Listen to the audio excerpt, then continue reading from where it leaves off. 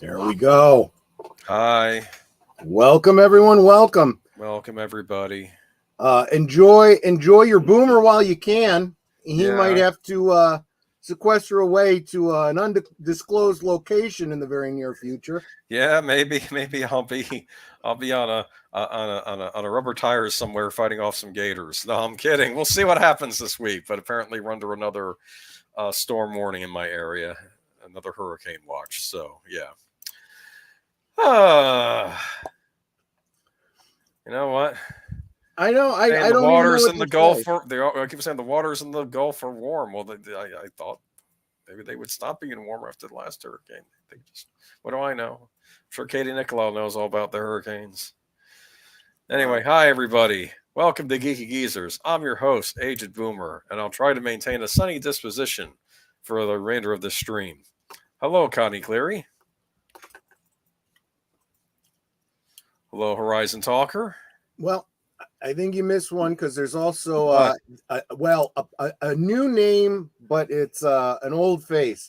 So welcome North Fairfax, also known as FKHC 2005, also known as Tim. Yes. Where the heck is the old stuff? It's not giving the old one. I saw him on the public part. Oh, well, whatever. I know. Welcome. I've still got it here. That's another thing I'm going to have to talk to StreamYards about. You're getting rid of the old comments. No, well, they shouldn't be. And in fact, Netter had pointed this out to me on Friday when I lost the notes. She could still see them. So I don't know what's going on. Anyway, let me go through them because I still can see them, even though you can't. Deleted Scene says, "Hail, Aged Boomer." Hello. And me and Netter. So thank you very much. Man, you had a topical stream tonight. Yeah, unfortunately, I have to catch it on the rewatch. I was looking forward to it, but I got busy. Longest running superhero RPG. I'm sorry. I apologize. What are you doing? Hey there, Chris. Let's say hi. Connie Cleary, Space Fraggle, welcome. Let's see here. Big Al was here. Stay safe, Aged Boomer. Thank you. I will try. Hopefully, we'll just all get through this, but we'll have to wait and see what's going to happen. Let's see. All the Netters. I love you too, Netter. Agent of Chris P., welcome. Always good to see you. Netter of Netters Network. Hello. Did I already say hi to her? Yes. Did you say hi to Horizon Talker? I don't know if I did, but welcome, Horizon Talker. Sashi, welcome. Sunny disposition of mine, the wrong channel. Well, yeah, good point. Usually I just rant about entertainment instead of ranting about the weather. But anyway, usually weather is supposed to be the pleasant conversation, but these days not so much. Anyway, howdy, JPRPH1. Let me see here. Trying to think who else is here. Am I getting everybody? Howdy, Aged Boomer. Welcome to Pensac. And Lady Mist with the flowers. Thank you very much, Lady Mist. And of course, Space Fraggle. Oops. Yes, Space Fraggle. I said hi to him already. Oh, did you? Okay. Yes. I'm sorry. I'm up on things. Let's just get to it, shall we? Yeah, let's get to it. Let's see. Didn't use my real name. Okay, great. Anyway, Geeky Geezers, welcome. Who needs cancel culture when you're doxing yourself? Oh, stop it. Anyway, Geeky Geezers, welcome everybody, and welcome to the good old days. And what do we have for the good old days tonight? We have Wesley Snipes' Blade. That was some good stuff. Yeah, that was some good this stuff. was Wesley Snipes' Steven Dorff Blade. This was a big deal in the summer of '98. There were me and my buddies. We saw the trailer, and they were more Marvel people than I was. I was more DC, and they were getting all excited because they knew Blade from the Marvel comics. Right? Yep. Yeah, and I saw this as Marvel getting away from their very bad 70s and 80s depictions in live action. This might be the first successful Marvel live action movie. I think so. Yeah. I think you're and right. Frankly, as far as I was concerned, Blade was the movie that brought superheroes back to the big screen, because one movie killed superhero movies, and that was Batman and Robin. Yeah, I kind of did. Yeah. A couple of years earlier, and it was just a disaster. I mean, it was a year earlier. It was a disaster. It was a. Don't even say you like that movie. Everybody chill. It's awful. I cannot watch it all the way through. Even for a lark, I would put it on. I have to stop after a half hour. I know. Batman had its issues. I think what bothers me the most is there's a kernel of good story there. Really? The execution is just terrible. Good story. The thing with Mr. Freeze and his wife that was done on Batman the animated series. It was done better on the animated much better drama and stuff. It's like Batman Forever. You had Jim Carrey as the Riddler, which I liked, and you had Tommy Lee Jones as Two-Face, which I didn't like. I still contend that even going back to Batman Returns, they should have separated all the villains out. Each villain should have had their own movie. You should not be putting 2 and 3 villains in the same movie. It kind of cramps the style. Right. Yeah.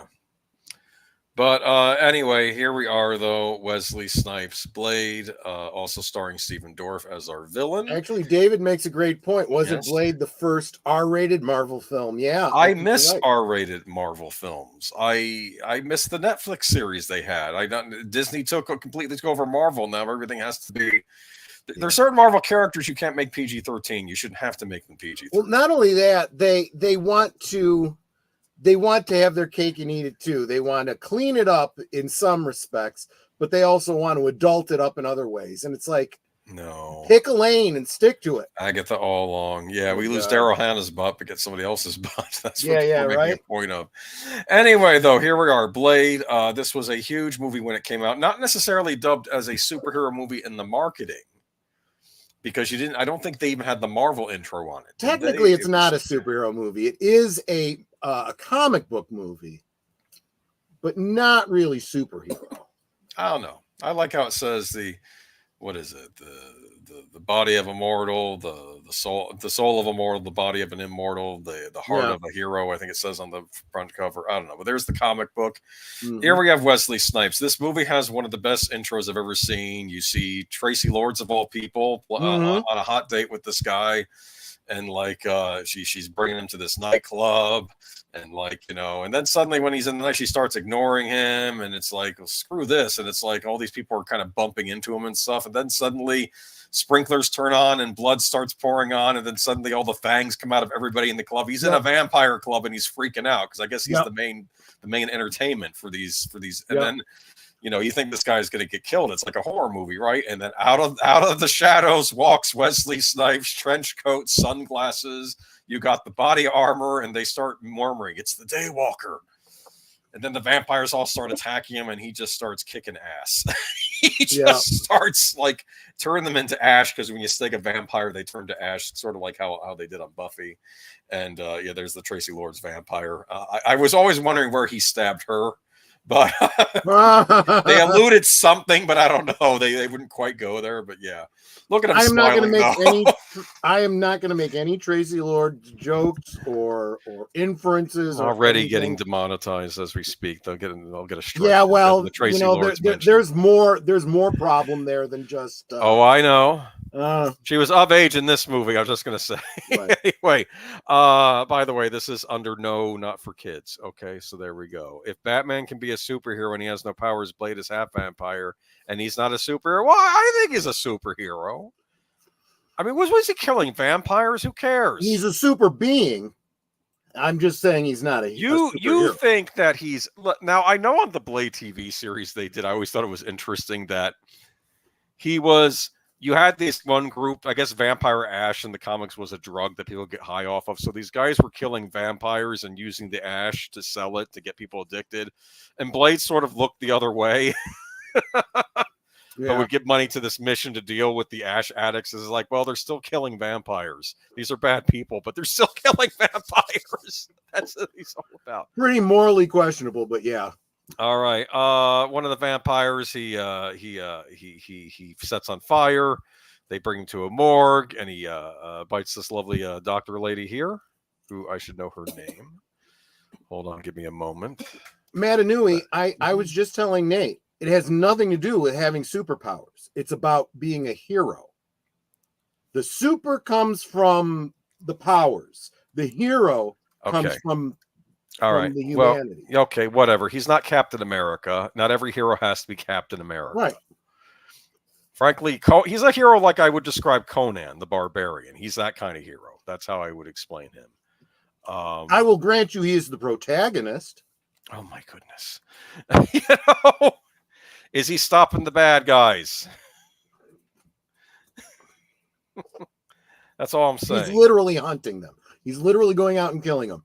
If a cop started going around and killing people that he said were bad, would you consider him a hero? I don't know. Well, now we're getting into muddy waters. This should be a Friday stream. What defines a hero? No, I'm just saying. I don't even know why we're talking about him being a superhero. There's nothing in the marketing for this movie. There's nothing within the movie itself where he calls himself on the poster. It says he's got a heart of a hero. Well, he has the heart of a hero on a stake, maybe. Okay. Anyway. Okay, and that's Karen Jensen, the hematologist in the movie, and she gets bitten by this vampire as he comes out. He also attacks, I think, the corner guy, and he just goes running off. And Blade, I guess, decides to, I want to say, take this doctor under his wing because basically she's been bitten by a vampire and she's going to turn. She's going to turn, right? He doesn't give her what he uses, which I think is his serum, right? Right. Yeah. But here we go. Was there even a question of whether it would work for her or not, since he was already... They didn't know. Yeah. He didn't know. Also, real quick, hello, Scott Hughes. Welcome. He says, are we talking Blade? One of my favorites. Part 2 also. 3, not so much. Let's not talk about 3 right now. Even Ryan Reynolds couldn't save that movie. Anyway, yeah, just he's a hero like Conan the Barbarian. Blade ain't crushing his enemies, and enjoying the immolation of their women. I think when it comes to vampires, yes, he is. If there's some vampire couple who fell in love, he'd probably just vampire lives matter. Kill the one. No, that's what I love about this movie. Like, he doesn't care. He just hates vampires. He has a wonderful hatred of the undead, which I thought was a relief. You're not helping the hero case because he's motivated by hate. Anyways, you know something. Anyway, here's Kris Kristofferson as Whistler. Yeah. Remember what happened? I think, what is it? A vampire tortured his family to death in front of him. Yep. And left him for dead. So, and I like how one of the evil vampires in this says, in a few minutes, you'll be in hillbilly heaven. Remember that? Yeah. And he found Blade as a child because Blade's mother in the movie was bitten while she was pregnant. And she gave birth to him. And that's why he's half human, half vampire. And it was all pretty much like in the comics. The only thing in the comics took place in the 70s, so mom had this big afro, and actually so did Blade. Well, to be fair, in the flashback, she does have the afro because it's in the 70s when he's being born. Remember? They kind of adjusted forward, though. Yeah. Yeah, and this is one of my favorite scenes in the movie when he's going on hunting because he's trying to find out what I believe the villain's name is, Deacon Frost, played by Stephen Dorff. Yep. Who was also in the movie The Gate. Remember The Gate? Yes, I do. About the record they play backwards and the demons and all that. Okay. This is when they're going up to this club, and I don't know if this is another vampire club or just a regular club, and this guy says, "Do you have an invitation?" And then he just kind of smiles, and then the bouncer goes flying through the window.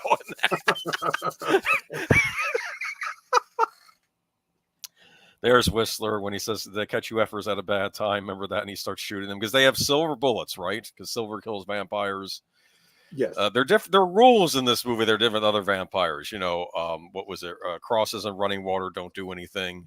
But garlic does, oddly enough. Garlic, and then they even had something that was garlic and some kind of silver nitrate mix that they could use to kill vampires. Weird. With. But you saw this movie when it came out, right? No? I'm sorry. I was just reading Matt Inouye's kind of... You saw this movie, right? Oh, absolutely I did. Okay, all right. I have all the Blade movies on DVD. Yeah, I think I have the series on DVD, too. Series is all right.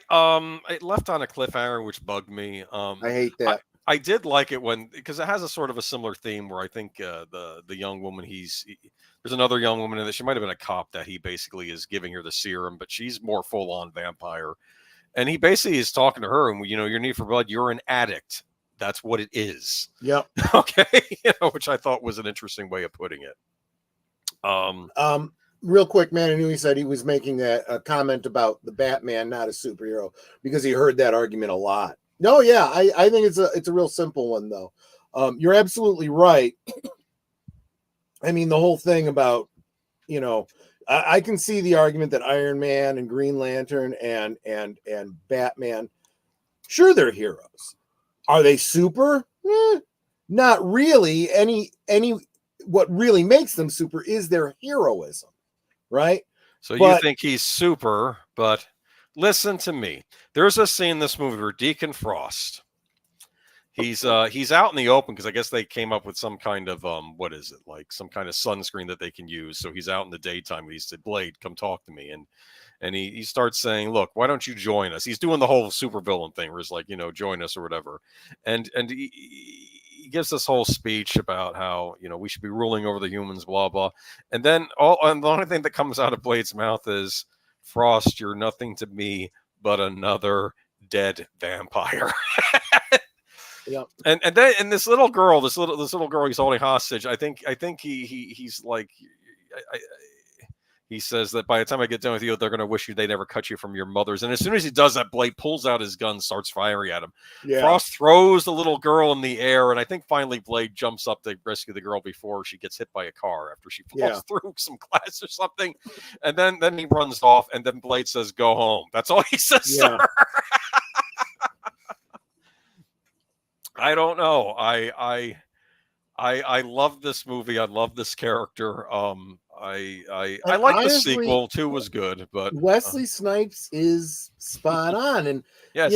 I know you haven't seen it, so you were a little surprised when I told you this, but he comes back as Blade in all right, in the new Deadpool versus Wolverine. I will check it out as soon as they get around to it. Everyone, Wolf Den Media channel, the Wolf Fleet. We will be discussing all 3 Blade movies Tuesday night at 9 p.m. Okay, be sure to check that out. I want to say I'm a fan of the first 2, and the first 2 got a little more nuance with the vampires, because in this one you find out that there are pure blood vampires that were born and then turned vampires. So there's like a kind of a class system in the vampire world. Turned vampires are not considered as good as the pure-blooded ones. Did you know that? But they're still vampires, so they're going to look out for them more than they would humans, which are just basically fodder. Unless you're like a Renfield type, or I think they'll get humans to work for them too, in the hopes of being turned into a vampire. That's like the reward. Oh yeah. I mean, I look at the world around me and I see people that will sell out their own for, a little bit of power, a little bit of greed. What I loved about this movie is just like he says, they have their hands into everything, politics, real estate. And then he goes up to her and he says there are worse things out tonight than vampires. And she says, like what? Like me. But you get the idea. In the Blade world, there are other horrifying things too. In fact, they're trying to resurrect this thing called La Magra, the blood god, right? Yeah. And I guess it's going to take over Deacon Frost. Like, remember the trailer, you see his eyes glowing red as he has the sword fight with him at the end. Remember that? Yep. Love the trailer for this movie. Love the movie itself. Just kick-ass, good time. And, okay, he's kind of in the same line as I considered other Marvel characters like Ghost Rider and the Punisher, don't you think? Yeah. Kind of absolutely. In the same vein. This is what I mean, anti-hero. Yes. Yeah, anti-hero. But... Yeah. He did finally decide to go after the little girl instead of killing Deacon Frost there, Yeah. He's not completely soulless, but I don't know. Look, even the most complicated villains, which are usually the better villains, he's more all evil, right? I mean, look at Kingpin in Daredevil, right? And I mean before Disney came along, right? He clearly had, that something that you associate with the mafia, right? They have people they care about, and they will protect them at all costs. And to a certain degree, there's a goodness in them in that regard. They are capable of having compassion, but that doesn't make them any less villainous in the other things that they're doing. Yeah, that's true. And even in Blade, sometimes you get more like with some of the vampire characters, like this. Like one of the vampires says, "Look, we need to blend in. We don't need to be starting up things with the humans. We can basically just work within the society we have. You know, we're still going to eat them. You know, We're still going to eat them, but it's not like we're not going to bring human civilization to an end. Whereas Deacon Frost is like, no, we should be ruling other humans, and he doesn't like the fact that he's not a pure blood, and they kind of look down on him. So he sort of wants to get his revenge on that. So I don't know. It's fine. It's fine to be all puritanical and whatnot. The only problem is his particular flavor of hybridism gives him a distinct advantage over the pure blood vampire crowd. Being a daywalker means when you are helpless in your coffin, he can just come and take care of you. Yeah, basically. He has all their strengths and other weaknesses, but he does age like a human. That was his one weakness. He doesn't have the immortality vampires have. He'll still grow old and die, but he has all the other abilities of vampire, and he can walk around. I wonder if that's a side effect of the fact that he uses that serum instead of blood. I don't know. Like, could he become a full vampire if he just started feasting on blood or something? Well, I don't know. I always felt, and this kind of goes throughout vampire lore. Mm-hmm. And it's kind of predicated on a bunch of biblical scriptures, you know, even back to the Old Testament, that the life is in the blood, right? Mm-hmm. You know, and blood being the sacrifice for eternal life and so forth. So it was always implied that the vampire needed human blood. It wasn't the blood per se, but so much the life force that is represented by the blood. No, well, which you wouldn't have in an artificial serum. No, I guess not. But it's funny, the hematologist lady, she actually comes up with a cure. She can actually cure vampirism. Wow. I think she does at some point, or at least she sees the potential of being able to cure vampirism. But he really doesn't want to be cured because then he loses his powers and he has to keep hunting vampires.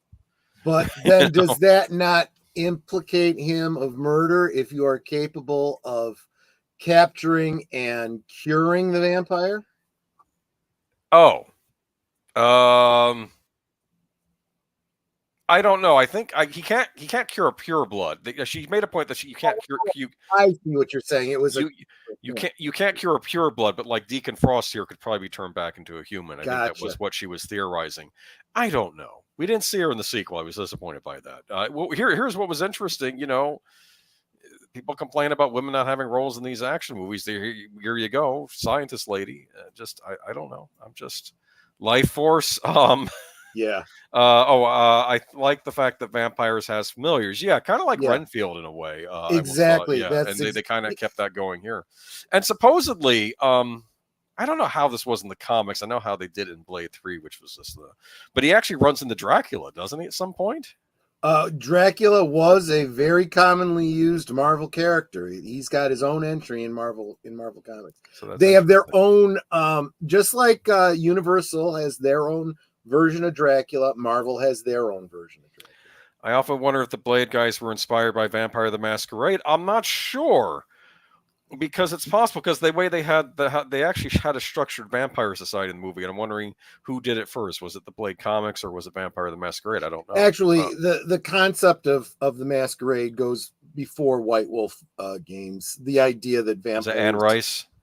A little bit, but I'd say it goes even before that. I mean, heck, it's implied within Dracula, right? Where he hides his nature. He doesn't let people know that he's a vampire right from the beginning. So it's that's kind of the benefit of something like that. You could say, well, nobody owns that idea, right? So I can use it too.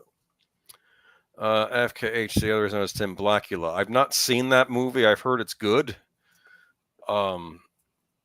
I think that was about an African prince that was actually turned into a vampire by Dracula. The title is a little ridiculous, but I heard it's a good movie. It was funny on Venture Brothers, though, they had their Blade character stand in because they had, because they riffed on things. And the Blade character stand in said, I can only kill Blackulas, which are black vampires. You can only kill black vampires because of some rule or something, which I thought was ridiculous. That is, I don't know. Like the rule of the superhero guild on that show. Are you kidding me? That's like, it's not good enough to kill vampires. Whose rule is that, and how racist are they? That was probably the point on the show. Oh yeah, there you go. It's like going by like 1970s, like late 60s. It has that very 1960s adventure. Anyway, vibe to it. Anyway, let's move on. Geeky Geezers. Anyway, Blade. Hope we liked it. Yeah, I like it. It's a classic. Don't remake it. Here we are, Geeky Geezers, where we get to talk about. Don't remake it. I mean, I don't know. Aren't there a ton of Blade stories from the comics they could just do? They could just keep going. There's nothing wrong with recasting, people. Just recast these characters. You get so caught up on the actor, you forget who the character is. Well, here's the deal. I know that Mahershala Ali, he was the one who was playing Cottonmouth on Luke Cage, but they cast him as Blade, and I'm like, well, how does that work if Luke Cage was supposed to be in the MCU? Is that exactly the another same multiverse way, problem? It's exactly the same way that Chris, what's his name, could play Johnny Storm and then play Captain America. It gets confusing after a while. Don't even get me started though about what's his name playing Tony Stark, and now he's going to play Doctor Doom somehow. That'll be interesting. But welcome everybody to the Geeky Geezers. Let's go to the first story of the night. Not a happy one. Kris Kristofferson, who was in Blade, he is now passed on. Hold on a minute. Let me make sure I got my notes up. There we go. Yeah. Kris Kristofferson, a Rhodes Scholar. Hold on, I gotta click on the thing too. Kris Kristofferson, a Rhodes Scholar with a deft writing style and rough charisma, who became country music superstar and A-list Hollywood actor, has died. Kristofferson died at his home in Maui, Hawaii on Saturday, September 28th. Spokeswoman A.B. McFarland said in an email to Billboard. He was 88. McFarland said Kristofferson died peacefully, surrounded by his family. No cause was given. He was 88. Starting in the late 1960s, and the Brownsville, Texas native wrote such classics as Sunday Morning Coming Down, Help Me Make It Through the Night, For the Good Times, Me and Bobby McGee. Yeah. Kristofferson was a singer himself, but many of his songs were best known as performed by others.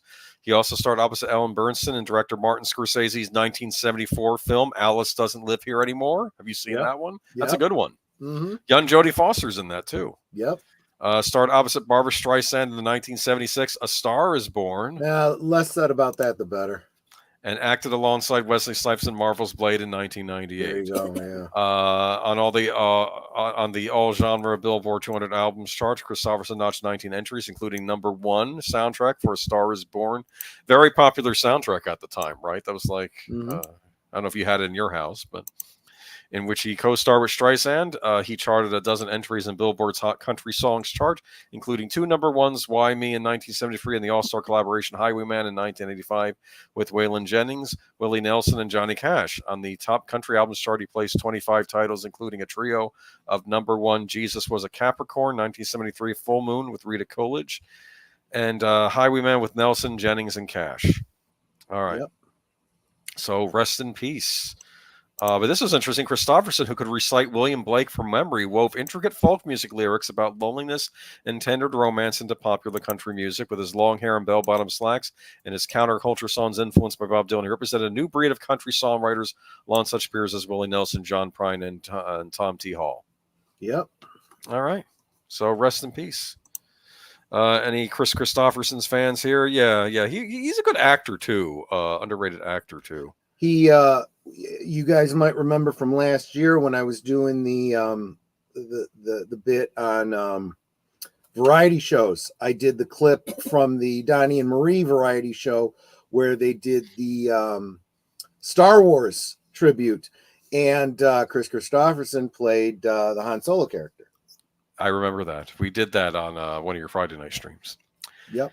And his wife at the time was on the show with him. That's right. John Amos, patriarch on Good Times and an Emmy nominee for the blockbuster Roots, dies at age 84. John Amos, who starred as the family patriarch on the hit 1970 sitcom Good Times and earned an Emmy nomination for his role in the seminal 1977 miniseries Roots, has died. He was 84. He died August 21st of natural causes in Los Angeles. Amos's publicist, Belinda Foster, confirmed the news of his death Tuesday. He played James Evans Sr. on Good Times, which featured one of television's first black two-parent families, produced by Norman Lear and co-created by actor Mike Evans, who co-starred in All in the Family and The Jeffersons. It ran from 1974 to 1979 on CBS. That show was the closest depiction in reality to life as an African-American family living in those circumstances it could be, Amos told Time magazine in 2021. Among Amos film credits were Let's Do It Again with Bill Cosby and Sidney Poitier, Coming to America with Eddie Murphy and its 2021 sequel, Die Hard 2, Medea's Witness Protection, and Uncut Gems with Adam Sandler. Oh man, Uncut Gems with Adam Sandler. I'm gonna have to sit down and watch that with you on one of your Mondays if I get a chance, because that's I want to see a reaction to that movie. If you have not seen it, I don't know. He was Ice Cube and Dr. Dre. He was in Ice Cube and Dr. Dre's 1994 video "Natural Born Killers." Amos, Good Times character with wife Florida, played by Esther Rowley, originated on another Lear show, Maude. James Evans often worked 2 manual labor jobs to support his family that included 3 children, with Jimmy Walker becoming a breakout star as the oldest son, JJ. He's the one that you say Dynamite, right? Yeah, I'm sorry. Take a look at the private chat. Yes. A comment that would be of interest. Oh, okay. Okay. This is. Should I read this on the air? Yeah, go ahead. He asked that when he died to hold off reporting it to the public for a few days so his daughter couldn't make a circus out of it. Oh wow, that says something about him and his relationship with his daughter. Yikes! I'm sorry about that. Yeah, I mean, I'm just reading as though it's a report. I guess we're okay to talk about it now, right? But that is interesting though, because I think that can be a concern for especially someone with notoriety, celebrity.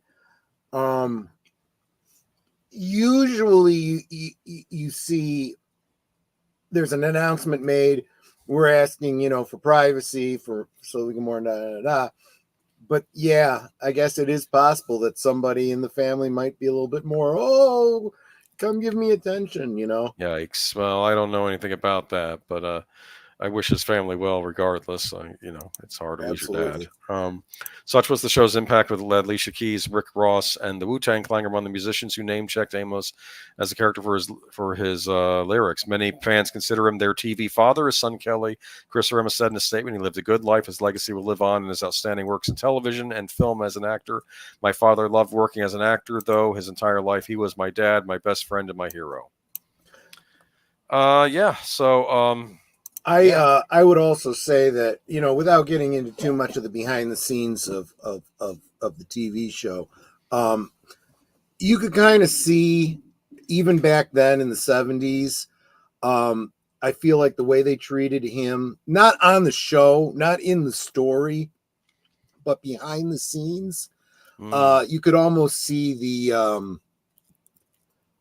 lessening of the priority of the male role model in the family dynamic, if you take my meaning.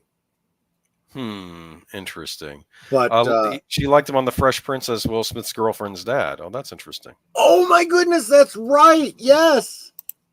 He was also in Die Hard 2. Yeah, it mentioned that. He was. I almost said Coming to America, and then it said, and its sequel, and then I see Die Hard 2, and it's like, was Die Hard 2 a sequel to Coming to America? All right. But yeah, it's just I mean, I think he was a father figure to a lot of people. A lot of these things were. And let's be honest, I grew up with Bill Cosby, and granted, he doesn't have the best reputation now, but I thought that show was still a favorite of mine to watch when I was growing up. Again, I really would encourage people to, especially in situations like this, kind of separate the art from the artist. Yes. and realize that, you know, whatever you think, for example, you brought up Bill Cosby, whatever you think of Bill Cosby and who he was behind the scenes and so forth, really look at that show and his character. That was a very positive role model of a father for a whole generation. And I mean that full stop. I am not qualifying that and saying of any particular race, creed, or color. Yeah. Leia plus size. I missed him when he was CBS fired him from Good Times. Show was not the same. Yeah, the article goes on to talk a little bit about kind of alluding to. Yeah, saying it was mutual. I mean, he was basically saying, but I think he was saying too that some of the writers were not being accurate, I guess, maybe to the realities of black families and some of the writing choices they made. Which, you know, to be fair, he'd know more than me. I'm going to say that, but and probably the writers. But again, I don't know what was going on behind the scenes, though. What did I want to make a point about, though? About Cosby Show. You know what got me angry when the whole Cosby scandal thing was unfolding, right? What's that? You had one of the former actors from the Cosby Show say, "Oh, look, he has a job at Trader Joe's," and I'm like, yeah, because he can't live on the residuals of the show anymore because nobody wants to air it, and he has to get a job. And at least he's, you know, it's an honest job working at Trader Joe's. Don't make fun of him. And it's like, and you and the media were the ones that chalked this whole thing up. So that kind of disgusted me when I like that. You know, fine if you want to tear Cosby down because you got this stuff on him. Well, don't pick on one of the actors because he had to get a regular job. It's ridiculous. And look, you know how I am about all of these things. And it's a horrible thing to work at Trader Joe's. I will go toe to toe with even all of you guys in the chat. I am a purist about believing that you are innocent until proven guilty. And I have no stomach for people who come up and bring up charges. I don't care how horrible these charges are. If you don't bring them up at the time the crime happens, I know, and you don't have proof after the fact. I'm just saying, you know, innocent until proven guilty. But rest in peace, John Amos. I'm sure his Good Times is streaming on something, probably on Pluto or Tubi or something. I'm sure it's there. Gary Coleman too. Oh boy, Gary Coleman. I remember I used to watch Different Strokes, but that's a topic for another time. I do remember though, when I was young, I don't remember exactly what did he have a form of dwarfism or was it another kind of hormonal problem? I don't know. My mother knew. She had read what it was, and she was a nurse practitioner, so she kind of knew. She understood it, and she's like, "That's tough. This kid's gonna have a rough life, and it's not gonna be a long one." And sure enough, he died really young. And I was like, I remembered my mom saying that all those years before. Good Time streaming on Tubi. There you go. There you go. You can catch him. Gary Coleman had liver disease that stunted his growth. Yikes. Okay, so his growth was stunted. That's what I thought. And my mom had speculated. She said even if he got himself, if they were able to get him a what do you call it, transplant, said that's not a long-term solution. And I don't know. She knew a lot more about the medical situation than I did. Coleman was one of these poor child stars who had kind of his life ruined. But his, oddly enough, I think it was his parents that took his money and spent it on everything. Yes. And I think now there are rules in place now because of that. This stuff has to be put into a trust. There was supposed to be before because something similar happened back in the days of the R Gang. What do you call it? But real Rascals, quick, right. I want to say hi to the Clue channel. Welcome. Salute. Yeah. But rest in peace. Yeah. And like I said, we got a lot to cover tonight. Let's get to it. All right. All right, gaming talk. Don't leave. Yeah, we don't have a whole lot of gaming talk tonight, but we do have a couple of them. Trust me, we got a lot of. This is an interesting one because it involves Elon Musk.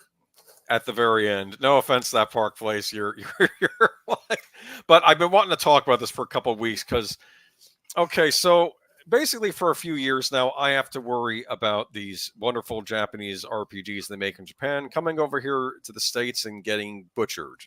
In dialogue and censoring outfits and stuff like that. But they're not going to do that anymore. Now they just censor for everybody at the start, whether you live in Japan or not. Let me get into this. Elon Musk shared his thoughts on Dragon Quest creator Yuji Horii accusing American regulators of forcing the removal of the option to choose between male and female characters in the Dragon Quest III HD 2D remake. It was reported at the beginning of this month that developer Square Enix was removing the option for players to choose between male and female characters and were instead labeling the character options as A and B. This was reported by Ryoku Tia 2089, who noted the game has no distinction between male and female heroes. Ryokuta also noted that the characters are labeled A and B, with the A version appearing like a male hero, while the B version is the female hero. Ryokuta even notes that the A version is voiced by male actor Hayami Nobuyuki, while the B version is voiced by Minaguchi Yuko. On top of the main character having their sex removed from the character select, Ryokuta also reported that the jobs will also no longer be distinguished by gender and name. These changes were confirmed in a preview for the game in the weekly Shonen Jump magazine. Another user said the preview in the latest issue of Japanese magazine Weekly Shonen Jump confirms Dragon Quest III HD 2D is using Type A and Type B in place of male and female. Following this confirmation, the game was added to the Sweet Baby Inc. Detected Steam Curator list, as well as Cabrutus Rambo's DEI Detected website. On top of the removal of the option to choose between male and female characters, Cabrutus cites that the game also censored the trolls in the game by removing their lips. He wrote on a much more personal, nerdier level, and this one really pisses me off, I must say, is the censorship of the trolls' lips. It's kind of interesting because now we have people in Japan noticing this stuff, and Cabrutus is from Brazil. So it's like, this is international at this point. This fight against the Bokosos, I guess. Not only has the game been added to Sweet Baby Inc. Detective Steam Curator list as well as DIA Detective, but numerous gamers have expressed the game on the Steam forums that they do not plan to purchase the game due to the changes Square Enix has made. McRapp posted, "No man, woman, DI censorship. You don't get my money. No man, woman, DI censorship. You don't get my money." Now, I want to say something. I want to interrupt this article. Over here in the West, North America, probably in Europe as well, they've already been doing this to the games coming from Japan. It's just that now they're just doing it in Japan from the get-go. That's what the change is right here, and other countries. The Type A and the Type B thing, that's been a thing now here, which I don't even think is the worst bit of censorship. It's annoying, but I would live with that. But the thing is, they keep finding other things to change. And one of the things I don't like is when you have these medieval RPG settings and people are no longer using gendered language, which frankly I think is still incorrect English today, but it would certainly be incorrect English in a medieval setting. Yeah. You're going to call someone a man or a woman or a lord and a lady. That's going to be a thing, you know. Well, and there was no concept of these things back then. No one would have wanted to be, whatever. I don't know. The reason why the exposure of the costumes in Dragon Quest III needs to be reduced, as explained in the interview with Tokyo Game Show. As translated by Valiant News, Horii responded, "Yeah, there were various regulations in place. Apparently not allowed to show too much skin." Yeah, because Horii was asked about the changes because they changed the designs to the female warrior character, who basically is just wearing a lot of body armor, but you see more of her legs and arms and stuff. But the same goes if you get the male warrior. Then now with the female warrior, they've covered her up more, and the male warrior they left alone, even though they're wearing similar outfits. Do you understand? And that's really kind of flying in the face of their, if there's too much exposure, the age rating goes up, and you won't be able to sell as an all ages products. I really don't understand that either. Apparently, it's not allowed to show too much skin, he added. When asked about complying with various country regulations, Torishimi chimed in, "Under the name of compliance, it's like an absolute god and evil disguised as a good. There's not such thing as content that doesn't make everyone uncomfortable because beauty and ugliness, good and evil are different for everyone. There are few things that absolutely must not be done. As long as you follow those, you're free to do the rest," he added. Next, he stated, there is a religious concept from the West, especially in America, that influences their approach to sex education, right? Their approach to compliance is really narrow-minded. When selling manga in America, everything had to be categorized by age groups. For Shonen Jump manga, they couldn't be sold unless they were rated ages 13 and up because there are risks of lawsuits. The company also has to get insurance. Doing business with such a ridiculous country is really frustrating. Because of that, Japan gets negatively influenced. So now he's saying, He's basically saying now because of our peccadillos over here, because I guess of I want to say it's the modern woke puritanism we have now. It's now influencing how other countries have to make their stuff. I mean, if we're going to be really intellectually honest about it, though, you could be saying the same thing about censorship by the right back in the 80s. It doesn't really matter. Yes, but the right never told the Japanese that you have to censor the game for your market. No, but even at the worst, when we had the stuff being censored over here, they weren't going into other countries and saying the American. I see what you're saying. Says you have to censor it there. This is beyond par. This is I guess this is a globalist perspective that we all have to now have the same moral compass, and we decide what that moral compass is. The corporations. Let's see. In Dragon Quest, you used to be able to choose between a man and a woman for a female character. Now you can choose between a man and a woman. You can't choose between a man and a woman anymore. We have to label them Type A and Type 2. Yeah, see, they didn't have this over in Japan. We've been getting that over here with these characters, though. Yeah, it's happened, and you really have to research how these games are being localized.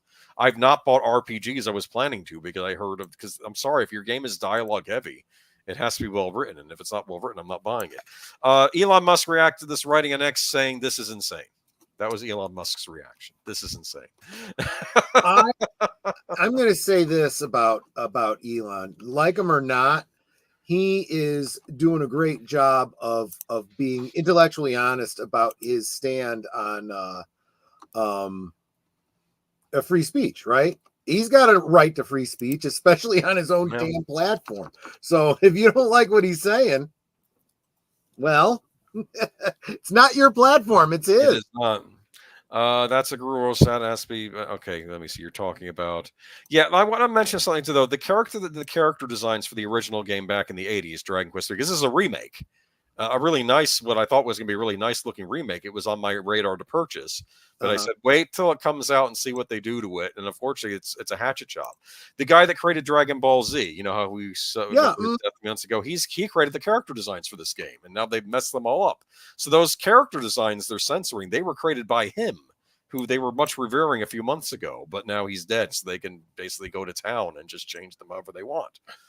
So, because basically this is like they're trying to do, you're like taking a classic, but trying to spruce it up a bit while keeping the original aesthetics that everybody liked, right? Right. But now that's all been ruined, and I'm not going to be picking this game up.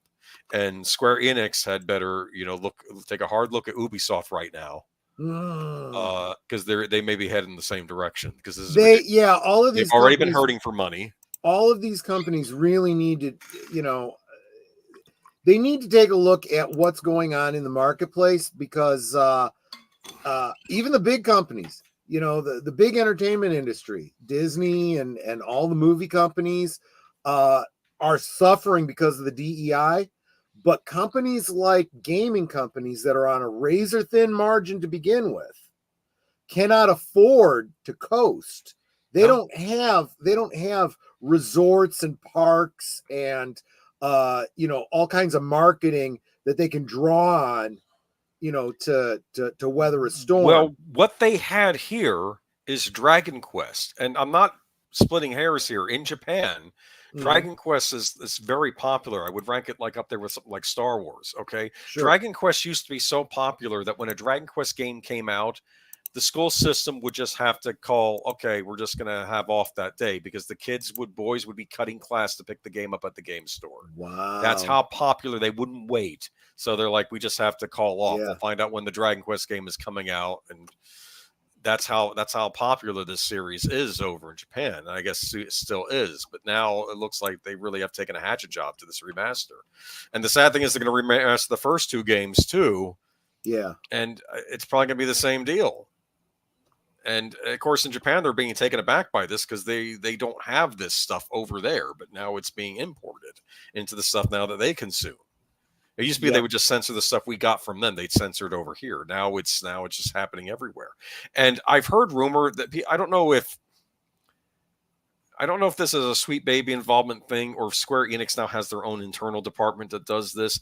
I'm very worried that if you have an internal political correctness check system, right? Yep. If this department has to find new things and new games to check off to basically say, hey, this so they can keep their jobs. Basically, that is always literally be looking for new things to censor. Literally the point of DEI. They exist to perpetuate themselves, not to do anything that's actually good for the company. In fact, and we've talked about this before, so many companies are now being sued because of their DEI policies that are actually breaking equal employment law. Video game companies live or die by their next game. And do Hollywood directors live and die by how their previous movie did? We'll talk about that later. I'm sorry. Yeah, good point. No, good point. All right, time to go to everyone's favorite, Ubisoft. I thought I wouldn't talk about them this week, but well, they're keeping themselves very much in the public eye. So Tencent Holdings Limited and Ubisoft Entertainment SA's founding Guillemot family are considering options, including a potential buyout of the French video game developer after it lost more than half its market value this year, according to people familiar with the matter. Yeah, I'm thinking they might be wanting to get out of here. The Chinese tech company and the Guillemot Brothers Limited have been speaking with advisors to help explore ways to stabilize Ubisoft and bolster its value. People said, asking not to be identified, discussing a private matter. One of the possibilities being discussed would be involving teaming up to take the company private. According to the people, Ubisoft shares rose as much as 33% in Paris on Friday, following the Bloomberg News report, the steepest gain in the company's since the 1996's initial public offering. So I guess this is helping their stock. They might join with this company Tencent. Shares of Ubisoft fallen 40% this year, giving the company a market capitalization of about $1.8 billion, $2 billion.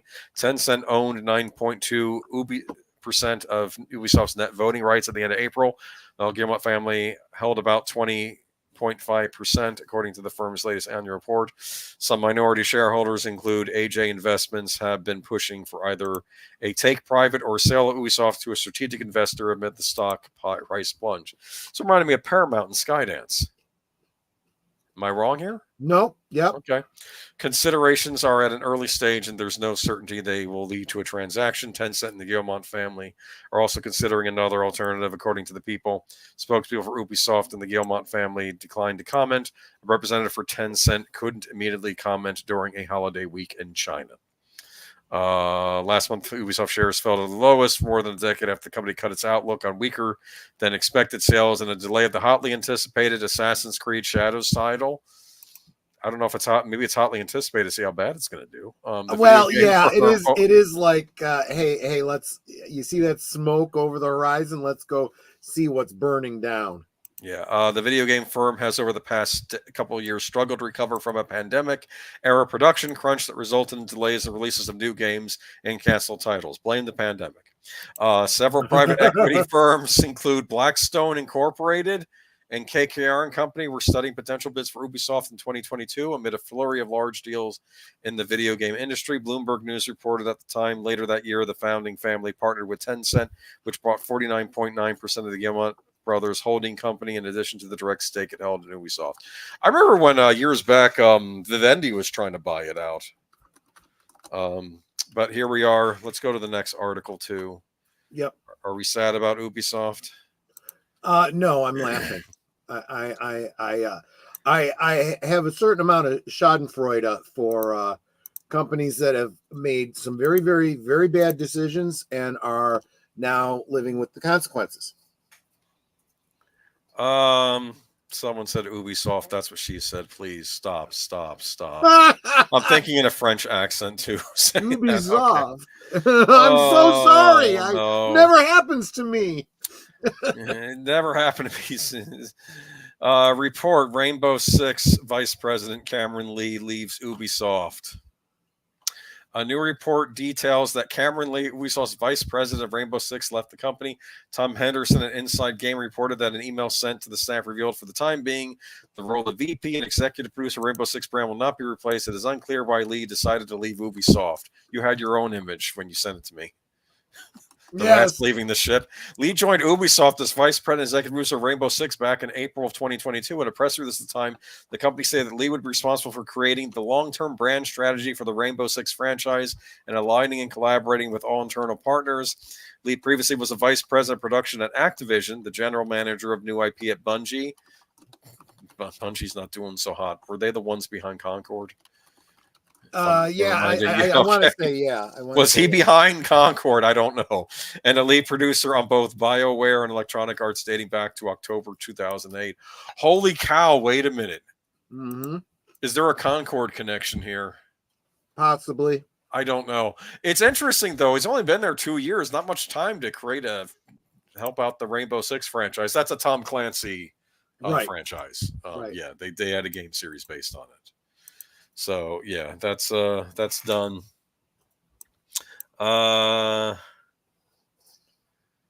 That's this. I want 2 hours of my kind of implicit bias training I was forced to endure work 3 years ago. It was really a guilt trip for being who you are. I've heard people I know have had to do that at their corporations. You think it's just the government? No, it's the corporations that are buying into this stuff. Well, but you know. And I'm going to be very careful, Mark, because I'm not going to dox you and the company you work for and everything. But as you have told me, it's a lot of them. There's a lot of stuff happening in that company that is coming back to bite them because of exactly that. You told them, they didn't listen, and now they're burning. I'm thinking of these sessions, and it's like someone has the mask with the rats inside it, and they're going to put it on you if you don't confess. Right. Your implicit bias. It's like 1984 stuff. This is not cool. No, not the bees. See, I'm talking about 1984. You got to bring up the Wicker Man remake. Yep. Have you seen the Wicker Man remake all the way through, or just that scene? I know. Actually, I've seen parts of it. It's a film. Pardon me? It's a special film. Oh yeah, I have no doubt. It's not just that scene. People point to the bee scene, but there's other scenes in that movie where you're like, "What were they thinking?" They cast Nicolas Cage. You know exactly what they were thinking. I'm not kidding you. I think there's a scene where Nicolas Cage drop kicks Lily Sobieski into a shelf full of pottery. You know, Lily Sobieski. She was in Deep Impact. Okay. Anyway. Moving on. I heard she's tall. Someone I know met her at a party. Anyway, moving right along. You want to go ahead and post a link for this one? Oh, are we going on to the cinema? We're going on to movies. Anything left to say about games? No. The game industry is not in great shape, but I still think Hollywood's worse. No, yeah, you're absolutely right. But no, we got some box office talk here. Yeah, Mark Malikoff, right? Didn't he send this to us? Yeah, this one came from a contributor who's in the chat right now, Mark Malikoff. Thank you very much. Francis Ford Coppola's decades in the making self-financed epic Megalopolis flopped with moviegoers. I know nothing about Megalopolis. I heard. What have you heard about this movie? I heard a review. Honestly, it sounded, and I am not even joking, it sounded more bizarre to me than anything David Lynch had ever done. Is it like a Metropolis movie? Because I'm thinking, I think they do his own version of Metropolis. It's like a dystopian, sci-fi-ish, futuristic. So it's like Metropolis. Kind of. I mean, it might be good. Is it good? Not from what I've heard. It's got Adam Driver in it, which I don't know, man. I just know him from Kylo Ren and also the creep he played on Girls. I'm just not. I know what it was a.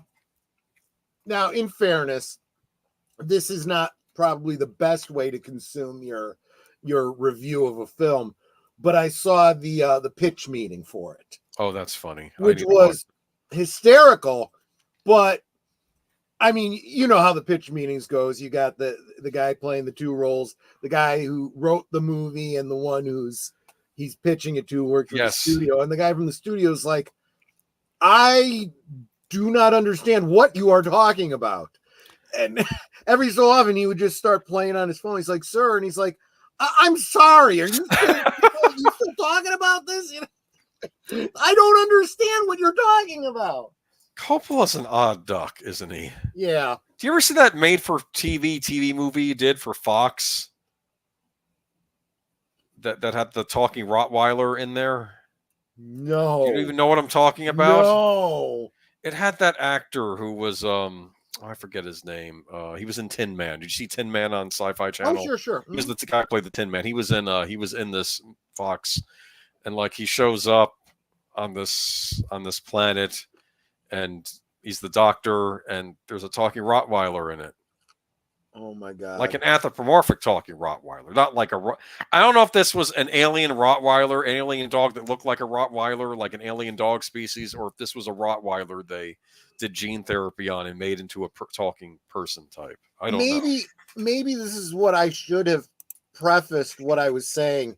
Nate brings up a good point. Don't be confused. This has nothing to do with Megalopolis from the Adult Swim cartoons and whatnot. This is completely different. I'm back. Sorry, I had to do something real quick. Okay, but it's a Doom Megalopolis. Is that what he was saying? It's I don't know. I've not gotten that on Blu-ray yet. Doom Megalopolis. That was one of these animes that was pushing the envelope.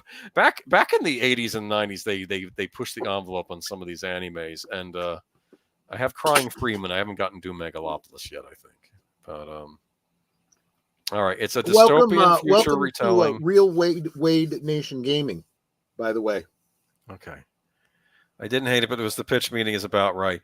Okay, so let's go. Flop with moviegoers. While the acclaimed DreamWorks animation family film The Wild Robot soared to #1 at the weekend box office. The Wild Robot, Chris Sanders' adaptation of Peter Brown's bestseller, outperformed expectations to launch with 35 million in ticket sales in the United States and Canadian theaters. According to studio estimates Sunday, Wild Robot was poised to do well after critics raved about the story of a shipwrecked robot who races an orphan gosling. Audiences agreed, giving the film a cinema score. Wild Robot is likely to set up a long and lucrative run for the Universal Pictures release. Paul That guy, Paul. Okay, Paul, senior media analyst for ComScore predicted the Wild Robot may take the page from the Elemental playbook by opening to a respectable box office and then going forward with long-term playability. Pixar's Elemental, which like the Wild Robot wasn't a sequel, debuted with a modest 30 million but went on to gross nearly 500 million worldwide. Family movies led by the year's biggest hit is Inside Out 2 have particularly powered box office this year. David A. Gross, a film consultant who publishes a newsletter for Franchise Entertainment, said the genre should reach $6 billion worldwide in 2024, which he noted is back to pre-pandemic levels. Megalopolis, Coppola's vision of a Roman epic set in modern-day New York, was never expected to perform close to that level, but the film's $4 million debut was still sobering movie that Coppola bankrolled himself for $120 million. Following its premiere at the Cannes Film Festival, critics have been mixed on Coppola's first film in 13 years. Audiences gave it a D+ cinema score. What do you think? Wow. Yeah. By any financial measure, Megalopolis was a mega flop, but from the start, the 85-year-old Coppola maintained money wasn't his concern. Coppola fashioned the film, which he first began developing in the late 1970s, as a grand personal statement about human possibility. Everyone's so worried about money, Coppola told the Associated Press in an interview ahead of the film's release. I say, give me less money and give me more friends. I mean, that's fine. And if he's happy with it, it was his money to lose. So obviously I can't fault him for that. If he's okay with the way this movie is doing, great. My only thought is, if you've had 50 years to work on this, don't you think you would have made something a little bit more coherent? It'll take 50 years for the audience to recognize the genius, I think. By which time he'll be dead and gone, and he won't even be around to appreciate it. Studios passed the Megalopolis after Cannes. Lionsgate openly stepped up to distribute it for a fee. Coppola also picked up the tab for most of the $15 million in marketing costs. The film, which stars Adam Driver, Natalie Emanuel, and Aubrey Plaza, also played in about 200 IMAX locations, which accounted for 1.8 million of its ticket sales. After 3 weeks at the box office, Tim Burton's Beetlejuice slid into second place with 16 million in its fourth weekend of release. Warner Brothers' sequel to 1988 Beetlejuice, starring Michael Keaton and Winona Ryder, has amassed 250 million domestically in a month of release. That's good, right? Yeah. That was a hit. Third place went to Transformers 1, the Transformers prequel starring Chris Hemsworth and Brian Tyree Henry. That's an animated movie. After its lower than expected debut last weekend, Paramount release collected $9.3 million on its second weekend. I don't think anybody was hyped for that. Also debuting in theaters was Jason Reitman's Saturday Night, an affectionate dramatization of the sketch comedy institution on the night it first aired in 1975. So it's like a dramatization of the first airing of Saturday Night Live. That might be interesting. You know what? Curtis is making a great point. Megalopolis, I'm pretty sure, I may be wrong, he is talking some Roman history and trying to warn us that America could go down the same dark road Rome did. It might be a great movie. I don't know. Well, here's the thing. Do you remember a while back they did a Romeo and Juliet in a modern setting? I believe that was with DiCaprio. With DiCaprio, right? And what's her name? I don't know. Claire Danes. Yeah. Do you remember that? I didn't watch how weirdly on the nose it was. It was Shakespeare, but it was modern day. Remember John Leguizamo was in it, who's always complaining never gets great parts, but I'm just saying. Anyway. It was just really strange. Well, that's kind of how my impression of this movie is. That they're literally casting like Julius Caesar and these other Roman historical figures, but they're framing them as like mobsters or something like that. And it's like I mean, and they're actually going with these actual names and their familial relationships and stuff like that. And it's like, this is weird. You know, if you want to do a story about Rome, would it make more sense to make him a politician? Yeah, do it about Rome. If you want to do something, Godfather-ish, do that. But this halfway in between doesn't work. Well, anyway, it's now playing in theaters, probably coming to a mystery movie night soon at Regal. Right? No, actually, I think if it's already out, they can't do that. They should have been a mystery movie night a few weeks ago. Yeah. They should start anticipating what the dogs are going to be and start doing the mystery movie night for those, right? Troy, that's exactly what Megalopolis is. Yeah, and I'll be honest with you. Yeah, if the point is the U.S. could go the way Rome did if we don't get our stuff together, okay, fine. I agree 100%. But I think the execution here was not the best. Or you could just watch Claudius. Actually, I'm starting to think that they could do Caligula. It would be a little bit more on the nose for the way modern Hollywood and Washington are. Although I think maybe they're worse than Caligula, if that's possible. Remember how I had mentioned about the Grindhouse double feature on Friday when we did stream Friday? Planet Terror? I often thought that if they had done more of them, they should have done. Apparently, one of the various types of exploitation movies is what's known as Caligula exploitation. So I was thinking a modern person could have done a take on that, but made it about Messalina, Claudius's wife, instead of Caligula. Interesting. Had her be like awful and torturing people. I've heard good things about Claudius. It's a classic BBC series. Yeah. I lost my copy in the flood, but then I found some in the local library's bookstore, and I got the set for $1. And maybe I'll lose that set this week. I'm sorry. I'm sorry. God! It's like just this past. I'm fine. I like Guy Claudius, and I like to own physical media. It's just floods don't like physical media. Anyway, not that anything's going to happen. We'll see. We'll see how the week plays out. Let's move on to some happy news. Well, I don't know how happy this is. This is. We made a movie and we're just sending it right to stream again because whatever. I didn't see the last Hellboy they did with the actor from Stranger Things because I'm like, where's Guillermo del Toro? Where's Ron Perlman? It was supposed to be a trilogy. You promised us a part 3 that never. That's what all the fans are saying. I think that's a part 3, and where is it? Well, that's why the previous Blair? film didn't do well, and that's why they're going ahead and just sending this to cable. Ketchup Entertainment's Hellboy, the Crooked Man. I'm fine with the title of the movie. What, Ketchup Entertainment? Independent film company? I don't know. I don't know. Hits the reboot button on the comic book franchise with Jack Kesey from 12 Strong taking over the title role this time around. And will you be able to watch it? According to pre-order listings on outlets including Amazon, Hellboy the Crooked Man debuts direct-to-digital home on October 8th, 2024.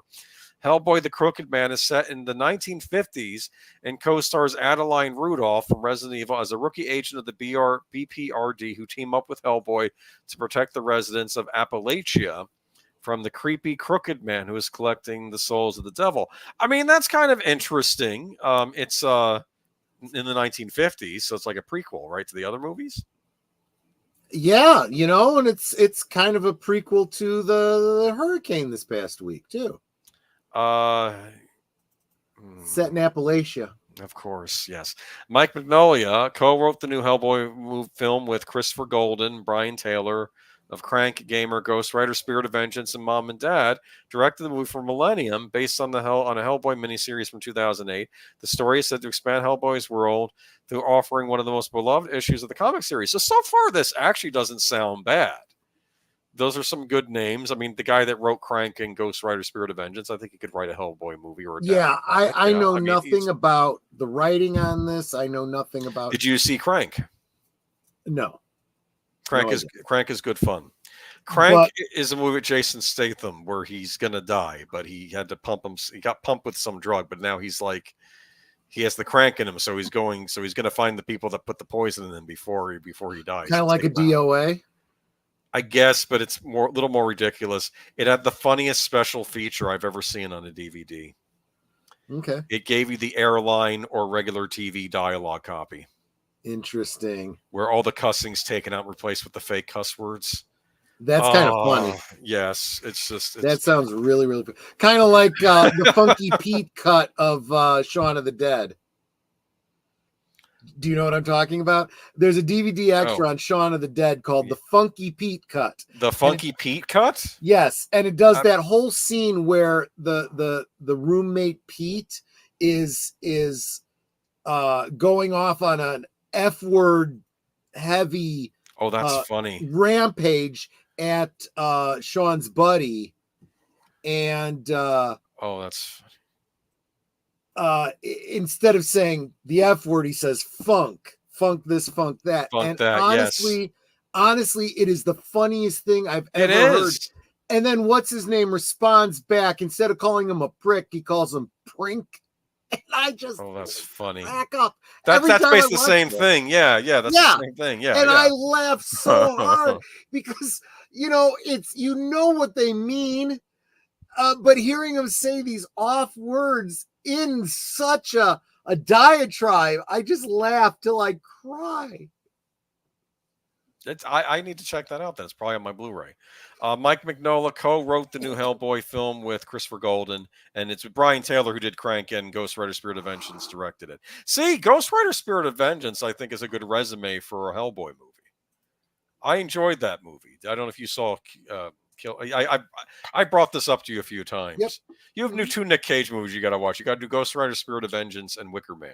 There you go. Right. I'm not sure about those two in particular, but yeah, I could see doing a. No, I like the devil at the end of that one. You're the worst fucking mistake I ever made. That's what he says to Ghost Rider.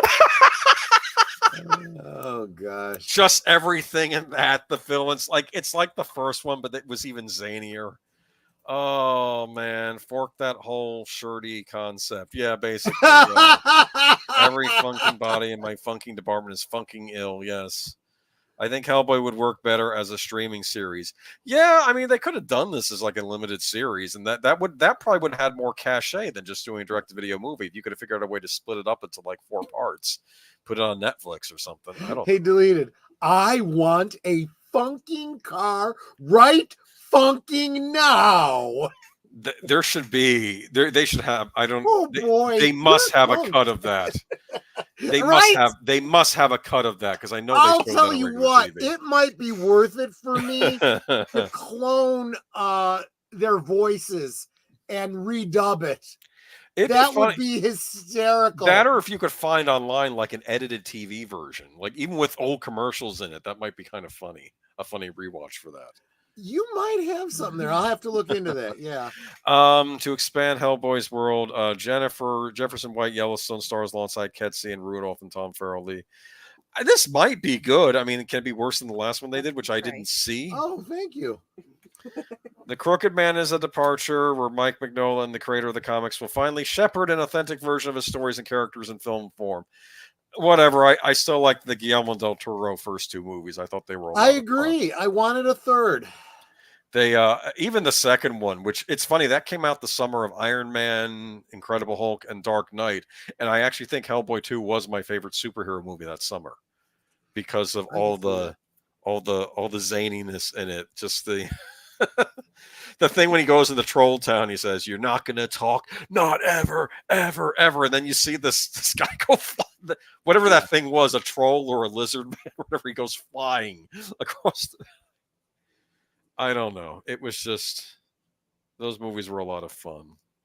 Let's move on. We don't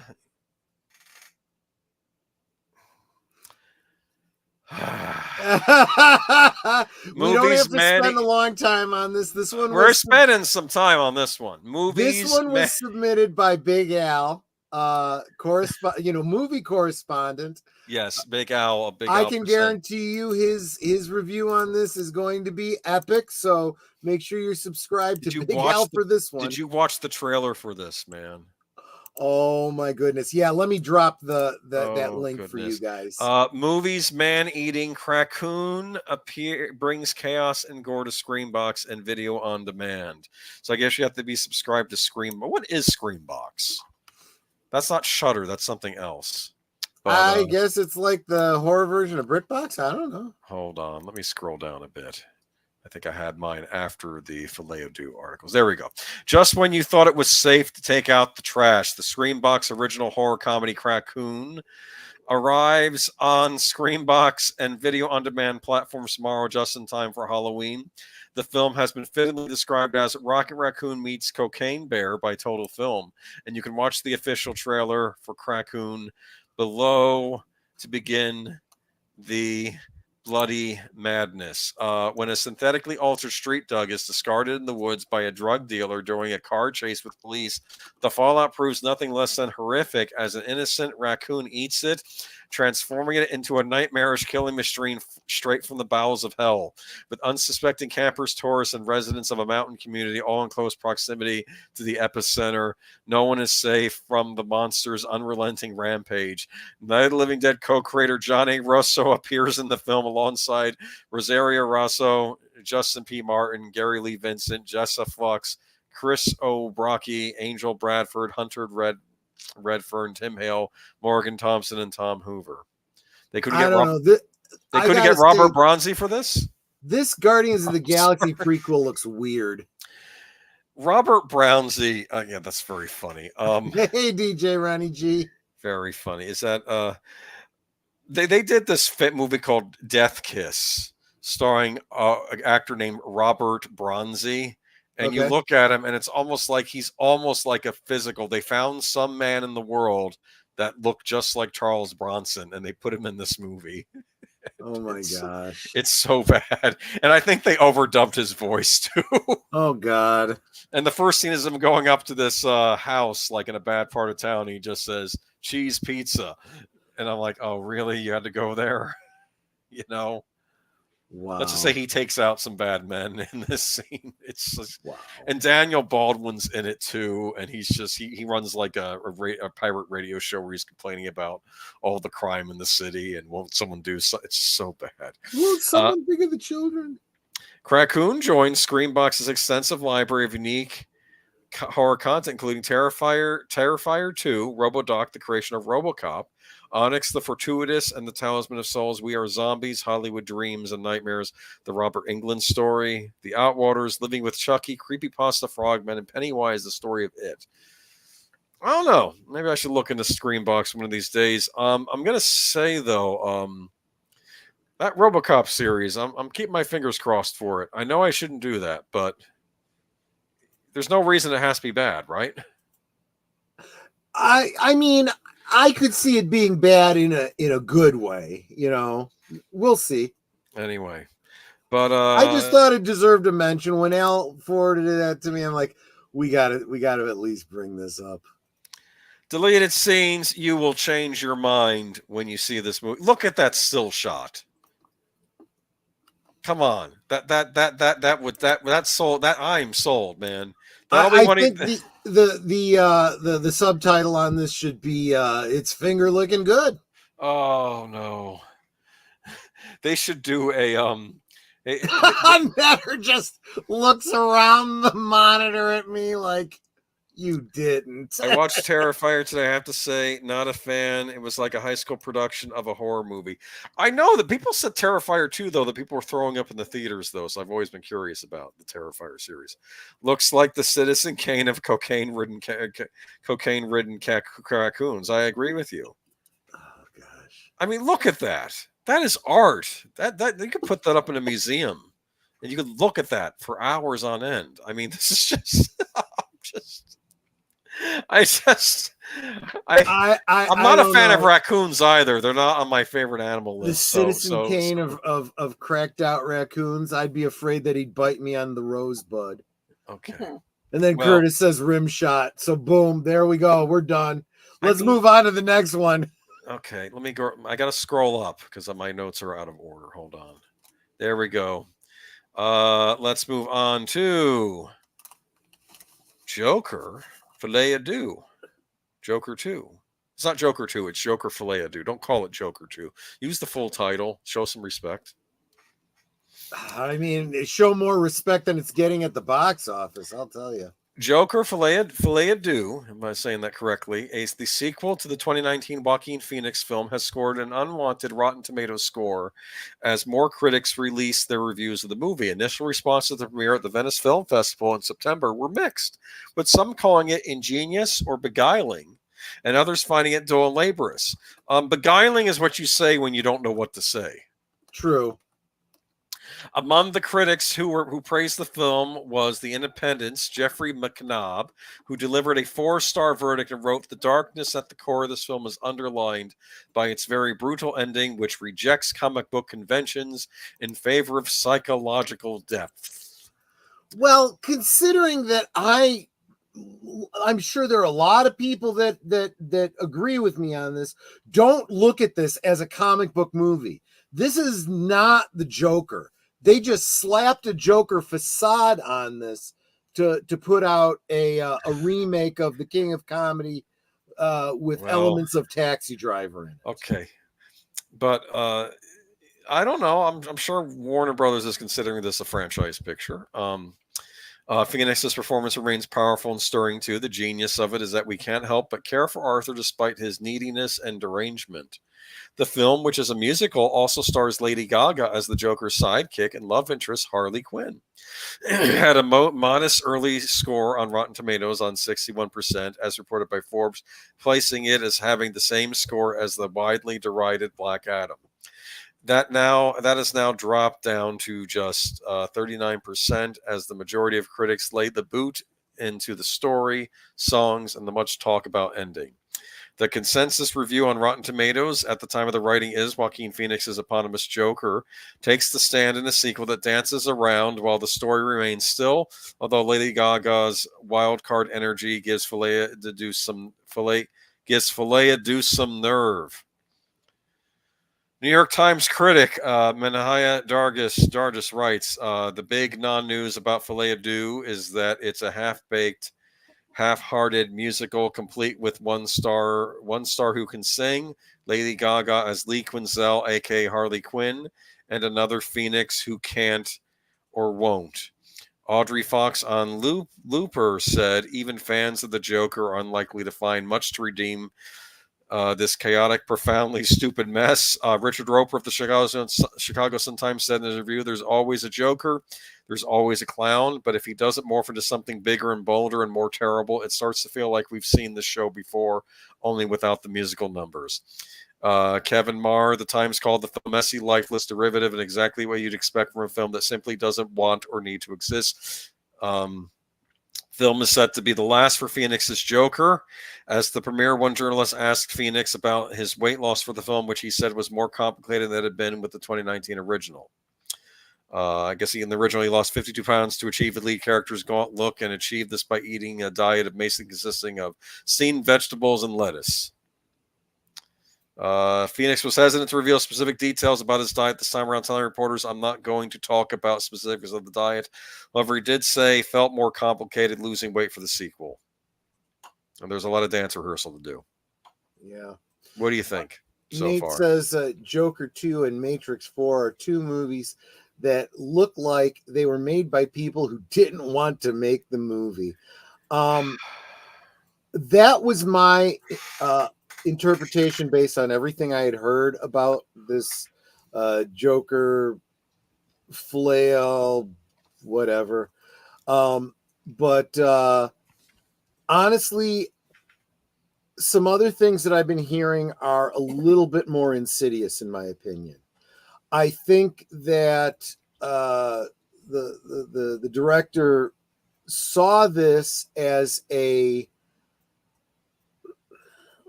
kind of like the concept that Frank Herbert had for Dune, the idea of the don't put too much faith into a human messiah type of story, and he was upset by the audience reaction to it, where people kind of looked at the Joker as a modern day V for Vendetta / Guy Fawkes, someone who represented the downtrodden of life, fighting back against the oppressive state. But if you watch the movie, the original movie, that's a facade because he's a bad person. He just is.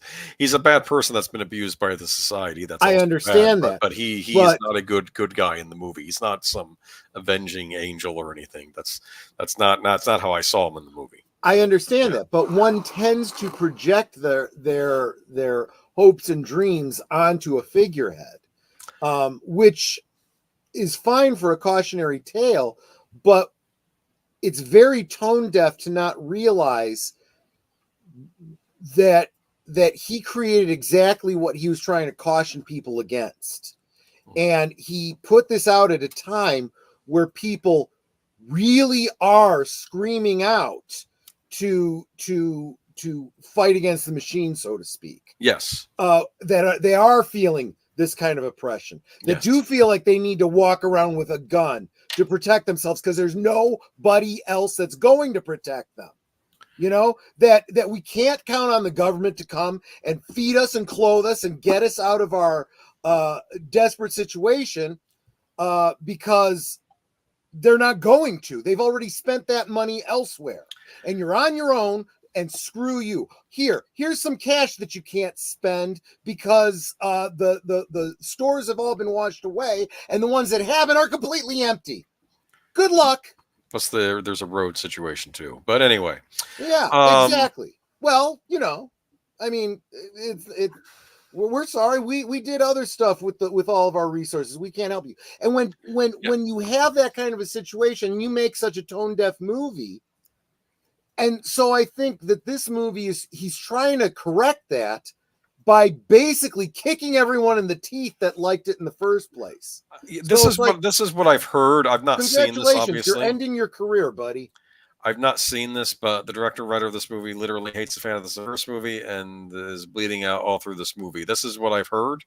This is one of the things I'm trying likely to say on my channel. We have to be careful not to become the thing we hate. Yeah, I agree. But anyway, let's get to the next article too, and that would be I love this thing. People kept saying the scene is not in the movie. No, of course it's not. You should all know by now that they create pictures and elements for the promos that are not going to end up being in the movie. All the marketing now is lies. It's like, you remember that one scene that everyone loves so much? Well, now we're going to add Harley Quinn to that scene. This isn't a box office marketplace problem. This is a creative development problem, declared one movie marketing vet over the weekend over Warner Brothers Bold swing at foul Joker Folie Deux, which a production cost of 190 million plus net is coming in way below projections at 47 million or less. Friday was 20 million, which included previews of that figure. The industry projections are predicting a landslide today for the Todd Phillips directed sequel, down some 20%. Yeah, and this is another thing I don't understand. I was talking to Troy about this behind the scenes, and the first movie was modestly budgeted by modern Hollywood standards, and it was R-rated and made a lot of money, but also present to its budget. This one, they blew it up to a modern blockbuster standards, and now it's pulling in way less. If they had kept it to the budget of the original, this wouldn't be such an awful loss for them, right? Yeah. We'll talk more about this next week because there are going to be more repercussions. But this is an article by Anthony D'Alessandro.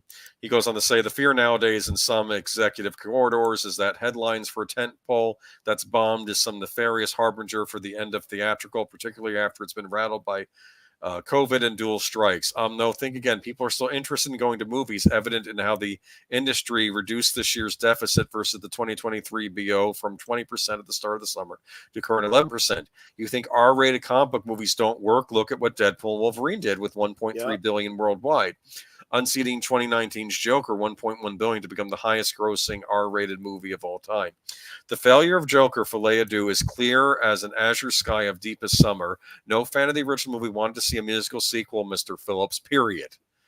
There isn't enough lipstick to put on this Joker to indicate that it's any kind of a win. The original fans of this film, which, let's face it, are fanboys and men because they bought the tickets at 60%, kicked this clown to the street with a D cinema score and half-star in post-track. Anyone feeling Megalopolis deja vu from the last weekend, you're not imagining things. The film received a D+ in cinema score. The difference here, of course, is that Warner spent more marketing the Zoetrope and Lionsgate to get this Joaquin Phoenix Lady Gaga sequel to some cultural global relevance. No amount of clever marketing, not selling a pick as a musical, selling it as a Joker film could save this. The biggest promotional cardinal sin of them all, launching this sequel, which didn't have the goods at the Venice Film Festival. Why would any studio put a movie out there, particularly with the awful audience scores below, and let it sit on Rotten Tomatoes for a month with bad reviews? Does this not remind you of, maybe it wasn't Venice, was it Cannes, the Dial of Destiny debacle, Indiana Jones and the Dial of Destiny? Yep. That's a great analogy. Yes. So things are already coming out ahead of time that it's bad. Sources tell me it was all part of Warner Brothers appeasing Phillips, which is why they allowed him to make this auteurist Stephen Sondheim-like feature in the first place. Between the Hangover franchise and Joker, Warner Brothers has reaped $2.5 billion off of Phillips' fare at the box office. What do you do with a director who's done so much for you? Give him final cut. Joker 2 was put into development by previous Toby Emmerich administration and put into production by the current Michael DeLuca, Pamela Abdi era at Warner Brothers Motion Pictures. So I guess if I'm being fair to Zaslav, it probably was put into production before he got there. I want to... there was probably contracts signed, yeah. I want to make a comment that may sound hypocritical, but hear me out. I will explain myself here. So back when we were talking about Coppola, right, we were saying, look, he doesn't care about the money. It's his money. He made the movie he wanted. He's happy with it. Who cares? Right? But it's his money. That's his money. Here, it's the investor's this money. Is somebody else's money. And I have a real problem with that. Now, I say that, and here's the hypocritical part. I also feel that too many of our franchises have been destroyed, not just by, woke insertions of stuff, but too granular oversight by the studios. And this is not something new. This goes back a long, long way. And somewhere between the studios expressing a concern and an artist knowing his art and his audience, you can end up with a masterpiece. You can also have an artist who is too full of himself, doesn't understand his audience, and a studio that doesn't understand any of the process, and you end up with a travesty. And I don't know. I think this might be all of the above. Yeah, so the movie isn't part of current DC Studios Phase 1 Gods and Monsters, also compounding the problem here. Joker 2 wasn't tested, which in turn provides a problem when trying to create a marketing strategy. So there are no test audiences for this either, I guess. I'll get into Phase 1 Gods and Monsters in a minute. I'm also going to argue too that we live in an era that's very different than the one I grew up in. When I was younger, you would hear reviews for movies, but if they were franchise films or, somewhat geeky films, you knew enough not to listen to Siskel and Ebert. It's like, they don't know what Star Wars is. Screw those guys, right? In their defense, they liked the Star Wars movies. I don't think they liked it originally. Yes, they did. Did they? Other critics didn't, but they did. Okay. No, they were defending Empire in front of this other movie critic. Said, no, there's good stuff in here. They were saying, Empire. Even Jedi, I'm talking Star Wars. I think they gave that one thumbs up. Maybe it was Star Trek: The Motion Picture they didn't like. Oh, it's kind of hard for me to blame them for that one. They weren't terrible. The Ebert hated horror movies. They're not all the time. Some horror movies they like, but they would really go after horror movies. But we do live in a different time now where I think everybody has turned against the institutional reviewers as being completely out of touch and knowing that they're complete. Well, who are the institutional reviewers at this point? I mean, Kermode, I know he gave it thumbs up, which I don't know what. Look at how many of them are actually working for an outlet that is owned by Disney. Yes. So they're never going to give a negative review to a Disney film. Yeah, but I'll say this, and I want to go on a tirade in a minute, but I kind of want to get what is Warner Brothers doing with DC? Oh, they have no freaking clue. I think they have no idea what they're doing. I think they're trying to set up that James Gunn does either. They're trying to set up another for the second time, because remember they did this once before, a Marvel Cinematic Universe style DC universe. And I'm thinking now, after this movie came out, can they even put the Joker in a Batman movie right now? Well, good point. And I don't know if they had the permissions to do it anyway because of the patents in movies anyway, and this which still have to be made. And this always goes back to what I have always said about Warner Brothers, going back to before we had, Man of Rust or whatever he was, that whole Snyderverse thing. Yeah. They have shot themselves in the foot. They never had the situation Marvel did. They didn't have their rights spewed all over the place. Warner Brothers always owned it 100%. Yeah. And they were the ones that decided to not let their peas and carrots touch on the plate. All they ever had to do was say, you know what? If you want to work for us, if you want to make our Batman movie, then these are the restrictions. It's got to be a Batman in a shared universe who's going to be part of a Justice League. If you don't like that, we don't want you. Goodbye. Yeah. But to be fair, Nolan was already into the Dark Knight before Marvel released. I mean, Dark Knight and Iron Man came out the same summer. They could have started over when Nolan was done with his Dark Knight trilogy.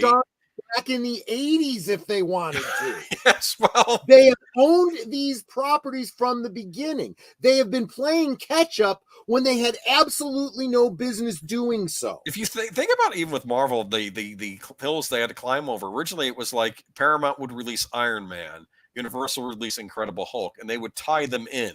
And like other people, I don't know if Paramount had Captain America and the Hulk, and they had to work with these different people. Nate's agreeing with me. See, I thought I was right. They didn't like Star Wars the first time. I don't know. I remember they had to come back later and say we've reevaluated. It's not so bad. Well, that's not so. Well, that's good if they do that. No, yeah, I get that. I'm just maybe they saw the George Lucas's edited cut. Well, no, I'm being mean here, but no. They can reevaluate. Ebert was kind of weird with Donnie Darko. He first gave it thumbs up, thumbs down, but he was on the fence. When the director's cut of it came out, he decided to give that version thumbs up because he basically said, you know what? It's one of the few times he actually basically changed his review. Now, of course, he could still, I'm giving this cut the thumbs up, not the old cut. But yeah, you know what I mean. Curtis says, what do you guys think of this idea? Not mine, but I have been pondering it. The current Hollywood managerial class hate the stakeholders thinking they are rich fat cats and don't care to make possibly the talent thinks that way. Yeah, I don't know. Look, there is the talent in quotation marks, by the way. There is so much lack of awareness and understanding and arrogance in Hollywood.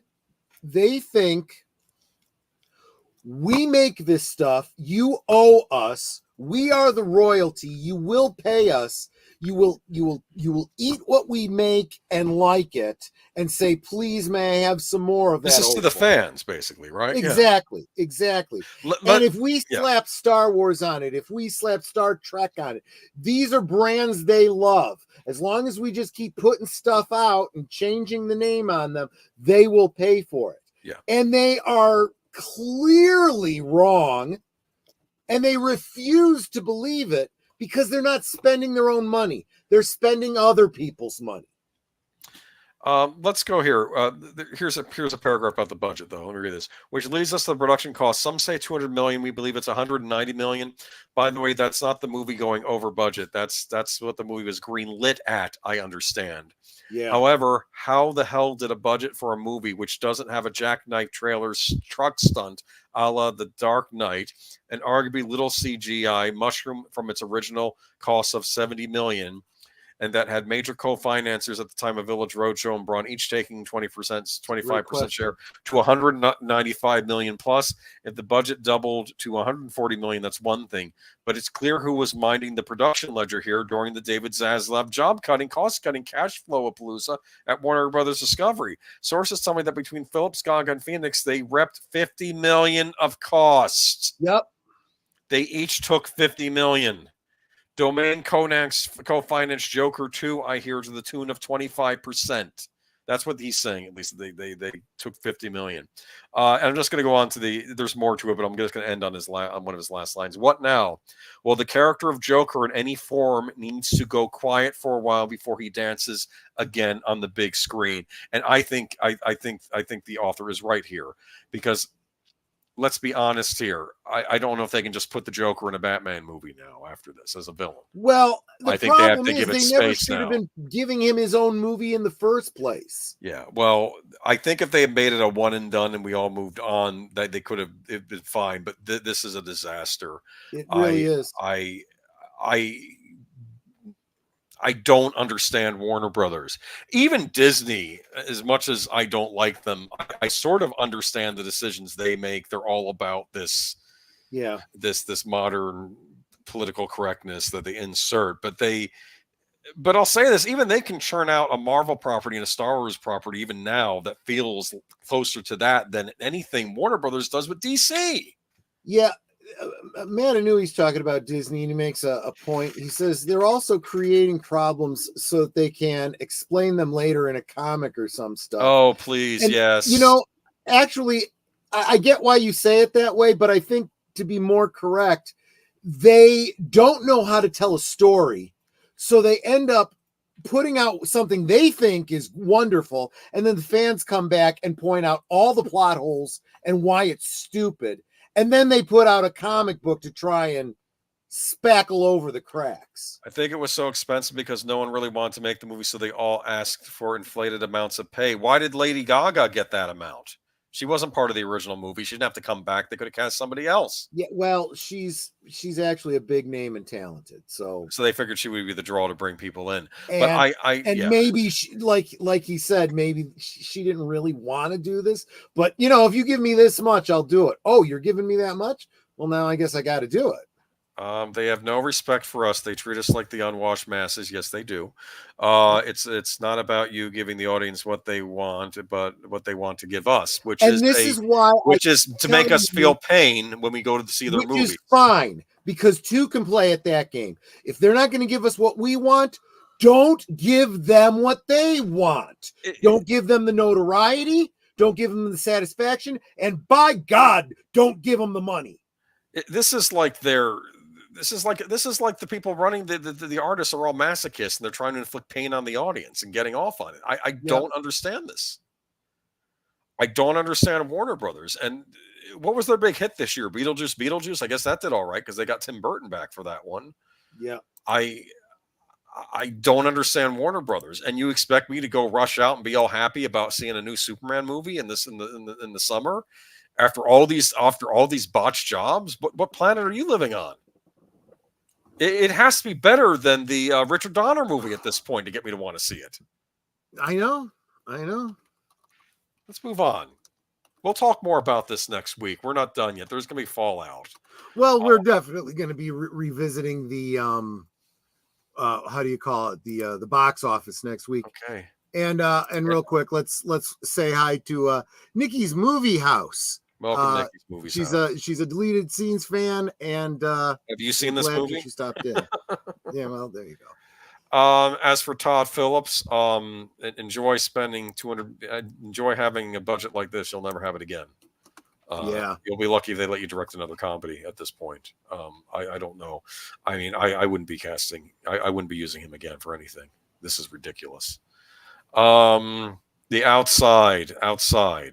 Netflix unveils Outside. You know what would have been a great Joker movie? Movie where the Joker is fighting Batman. Wouldn't that be something? I'm just saying. Okay. This is oh wait, I'm on CRACKCOON again. Give me a moment. Worth mentioning again though, right? Let's see. Netflix unveils trailer for first ever Filipino zombie film Outside. And I have to admit, I saw the trailer. Looks good. Looks creepy. I'll say that. Yeah. Outside, the first ever zombie film produced in the Philippines, has revealed its first full trailer. The Netflix feature from Filipino director Carlo Ledesma drops on the streamer on October 17th, and judging from the first proper clip, ramps up the tension and terror in the tropics. Outside is set in a remote province of the Philippines, an area of small villages, rice paddies, and sugarcane fields, and tells the story of a family trying to outrun the zombie outbreak by returning to their father's childhood farmhouse, fortifying it to keep out the dead ones. Though zombies are the key attraction, the film delves into issues such as generational trauma and abuse. The film stars Sid Luciero as the troubled father, Beauty Gonzalez as the strong-willed mother, and Marco Mas and Aiden Patiu as their terrified sons. Ledesma has a horror pedigree and was the filmmaker behind the cult Aussie found footage horror movie The Tunnel from 2011. I'll have to look for that one. And then, see, they're always great horror movies you can look for if you've not seen them all. Yeah, I've not seen The Tunnel. It might be good. This one looks good. And I'm going to say something else, and I actually have you to thank for this. I think more than anyone, Boomer. Yeah. Although I think the seeds of this were kind of planted when I was younger. There is something to be said for horror that is done by another country. Oh yeah, right? Another culture. Yeah, because horror knows no nationality. When you go, yeah. Well, on the one hand, there are certain universals. They're universals, but then countries have their own takes on things too. Yeah, exactly. There is a Jungian aspect. We all have a lot of the same fears, but part of what we find scary is what's different, right? Other cultures are alien to us. So if there's something in the way they do movies and whatnot, look, it's just like when we watch an old film that's black and white. Can be a little off-putting, a little creepy, right? We're not used to it, right? Because it's moderately novel. Well, a foreign film in a different language with a different way of setting up scenes and, just different grain to it and different conventions of culture, that can set you off just the same way as something that's in black and white. I would point to the Hammer horror films for the American audience, Yeah. Not that British is really another language, but it kind of is. Yeah, definitely. But yeah. So here we are. And yeah. So it looks good. Yeah. Yeah, I wanted to get that one in there. I think I sent that one to you, or did you send it to me? I forget now. But I like the idea of ending on something that looks potentially positive. Yeah. Wait, you mean actual diversity? Yeah. Imagine that. You want to do a story, about another culture. You actually go to that culture and make the film there, or have a film that they made. You distribute it here. That's a shock, right? And I have no problem with people doing things in this country too of different backgrounds. I have a problem when they start doing the forced diversity that comes off looking fake. And you made me think about it when you mentioned Blackula, right? Yeah. A so-called blaxploitation film, which ironically is less blaxploitative than what they're doing today with Yasuke in Samurai Japan. Well, yeah, I heard I've heard good things about that movie, and I mean to watch it one of these days. Yeah. But yeah, I'm not going to say their take on there was a black exploitation take on I think Dr. Jekyll and Mr. Hyde, but I'm not going to get into what it was about. I think. No, I don't know anything about that. I think it was called Dr. Black and Mr. White. Oh my gosh. Which would have been kind of funny. It's like, oh my goodness, as soon as he changed, he wanted to put mayonnaise on his tacos. I'm sorry. I'm being bad. Oh, no, not that I'm picking on any candidates out there. We're non-political here on this channel, right? Anyway, moving right along though. There we go, Geeky Geezers. That's wow. That's it for this week. We're done a little early. Anything left to say about Joker? Folie, Deux? I have absolutely nothing but contempt for. I didn't really actually watch the first movie anyway, so I'm not feeling too terribly tied to this film at all. So, what were the big DC movies that turned out okay? I guess the Aquaman movie was all right because James Wan directed it and he's a competent action director. But they just, I don't know. It was just, I remember too when they announced the Aquaman animated series that followed the Aquaman movie. And I'm like, oh, this is like when they did Batman, the animated series after the Burton movies came out. And then it looked like this horrible, I don't even want to say Cal Arts. It was like worse. And it's like, what are you doing? You could have done a really cool, true to the comic book Aquaman series. Yeah. For the kids. And now you gave them junk. And it was, of course, HBO Max exclusive or whatever they were calling it at that time. Right. So no one saw it. But, well, we are well into the Halloween season for those of you that enjoy such things the way I do. And so later tonight over on Deleted Scenes, The Other Side of Midnight, he has invited me back. I don't know why. He keeps inviting me back. So I keep going because, I enjoy doing streams. And, as long as he's willing to let me chat on his channel, I will. But tonight, we have a very big panel, including Sin's Corner and Outlaw Bill and a bunch of others. We're going to be talking about our physical media collection, specifically, the horror film type stuff. Yeah, Netter's doing the thumbs behind herself, pointing to all the films that we have. Yeah, I'm going to have to go grab a couple of my boxes of DVDs so I can show them off. But I don't know, man. I'm trying to think what you have on DVD. You got a lot of interesting stuff, don't you?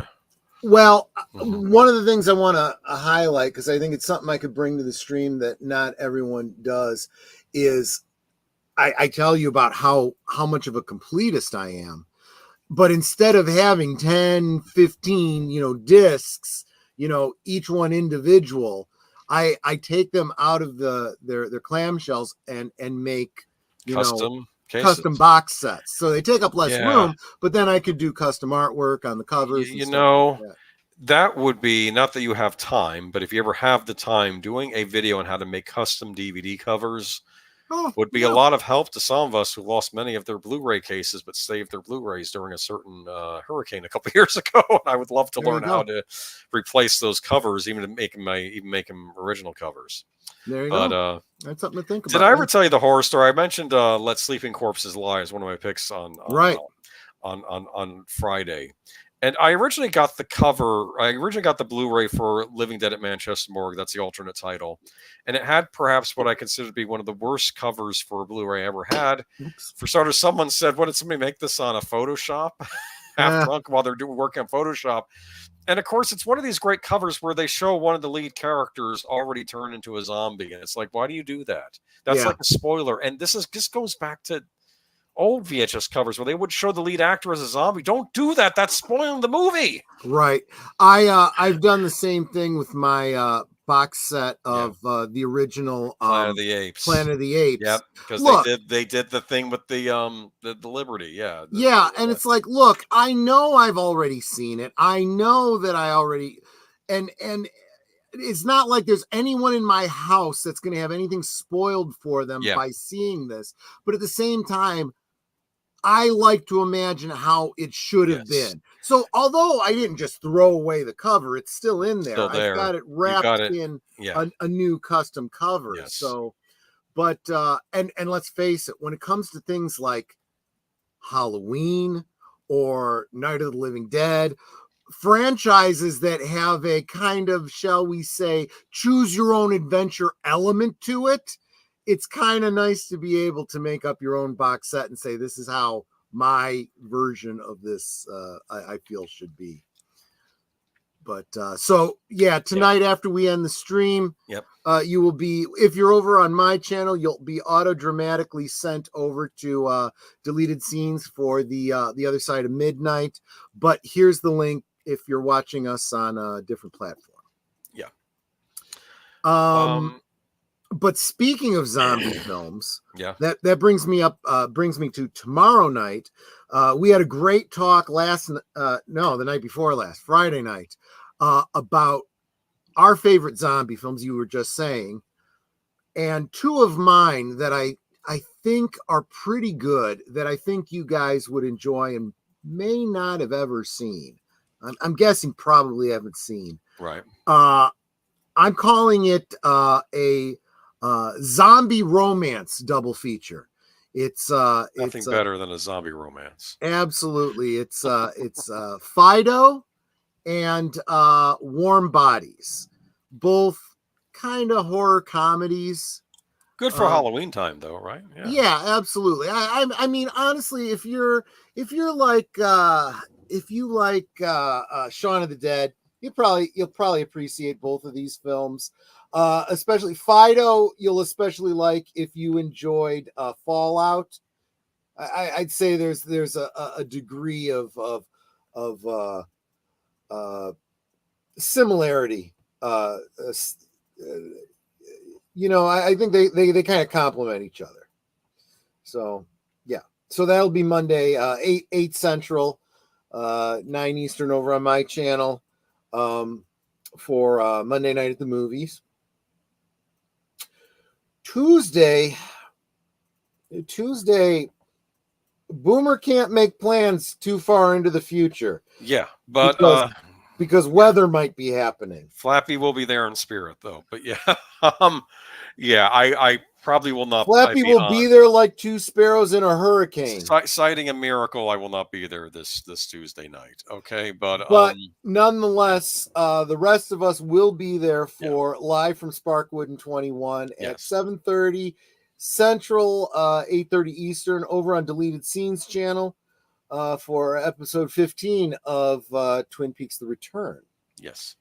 Followed immediately after by my new stream rewatch of Blake 7. We're still on season 1, going into episode 4.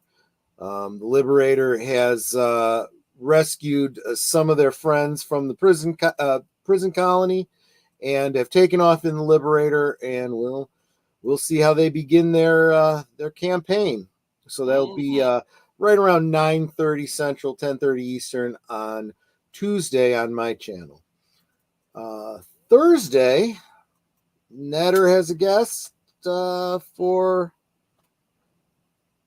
Thursday things. Real Wade Nation Gaming. Real Wade Nation Gaming, who was here in the chat with us earlier. I don't know if you're still here, Wade, but yep. Tune in to Netter's Network on Thursday at 9 Central, 10 Eastern, where she will be sitting down with and interviewing Real Wade Nation Gaming, talking about his channel, talking about all the things he's doing and all the places that you can find him. Then Friday, assuming that you haven't been washed down the river there, Age of Boomer, and you're able to join me, we will both be back on my channel. Yes. For Last Call. Yes. At 9 Central, 10 Eastern. For it's actually your topic, Boomer. I know. You suggested. So we'll see. We talk about superstitions, and we are bringing in a very special guest, a returning guest, Nick from Beyond the Hub podcast. Does he know a bit about superstitions? Yes, he absolutely That's good, because we may need to rely on him more than normal. We'll see, though. I will try to be there. Okay. No, don't worry. I totally understand. But yes. So we do have a very special guest. Make sure everybody's on your best behavior. And good man. He great channel too. I recommend you check him out. Oh, absolutely. And then Saturday night. Well, you know what? I should back up. Thursday. Tune in right after Netter's Network to Deleted Scenes channel for his weekend update, so he can cover all the things I'm about to miss that he's doing all next weekend, because he's got a lot of them.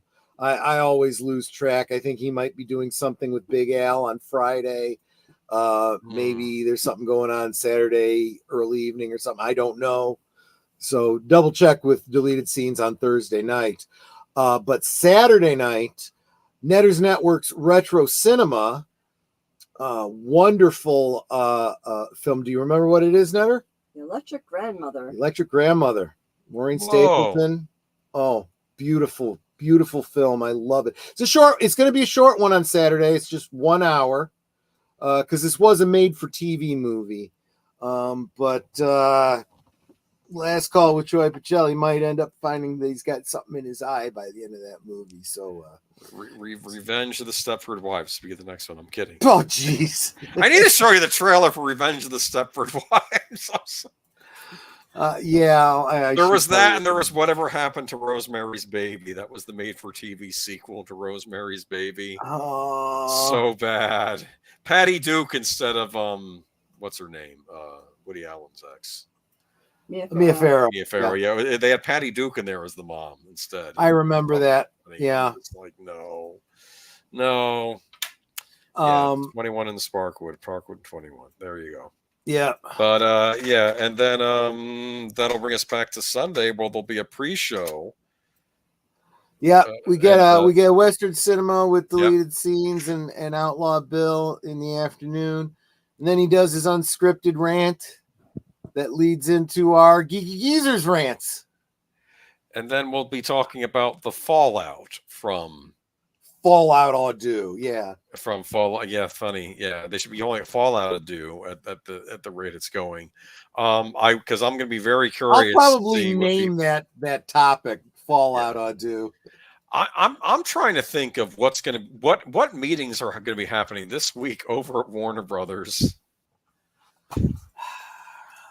This might be an interesting week to pay special attention to Midnight's Edge. They'll be talking all about this, I'm sure. Yeah, I'm going to be kind of looking forward to that. Oh, and that's the other thing.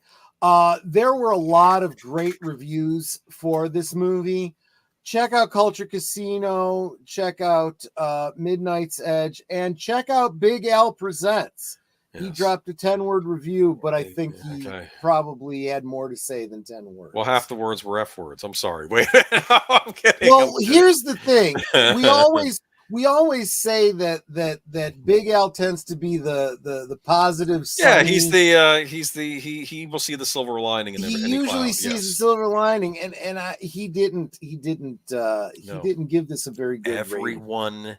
hates this movie, including many of the critics that usually are attacking the fans, and including the fans. They're all on the same page for once. Everybody hates this movie. Yeah. So it's just Well, and then I heard that the director had some words to say about people that didn't like it. Oh, really? We'll be talking about that. We'll look at I'll see if I can find the article. But let me tell you something. When everybody's against you, it could be you, Doc. Well, I don't know. We'll see. They shouldn't have put him in charge of that Green Lantern series. I'm joking, of course. I don't know. They put him in charge of it. I'm just thinking, what possibly They other should mistakes not put could him Warner in charge Bros. of anything anymore. Why are they doing a Green Lantern series? Okay. Good night, everybody. This was fun. Take care. More fun than seeing the Joker on screen again. More fun than a sharp stick in the eye. We'll never have a decent Joker on screen again. Heath Ledger was it. He's the last guess. good one. Yeah, he's good. I was like Jack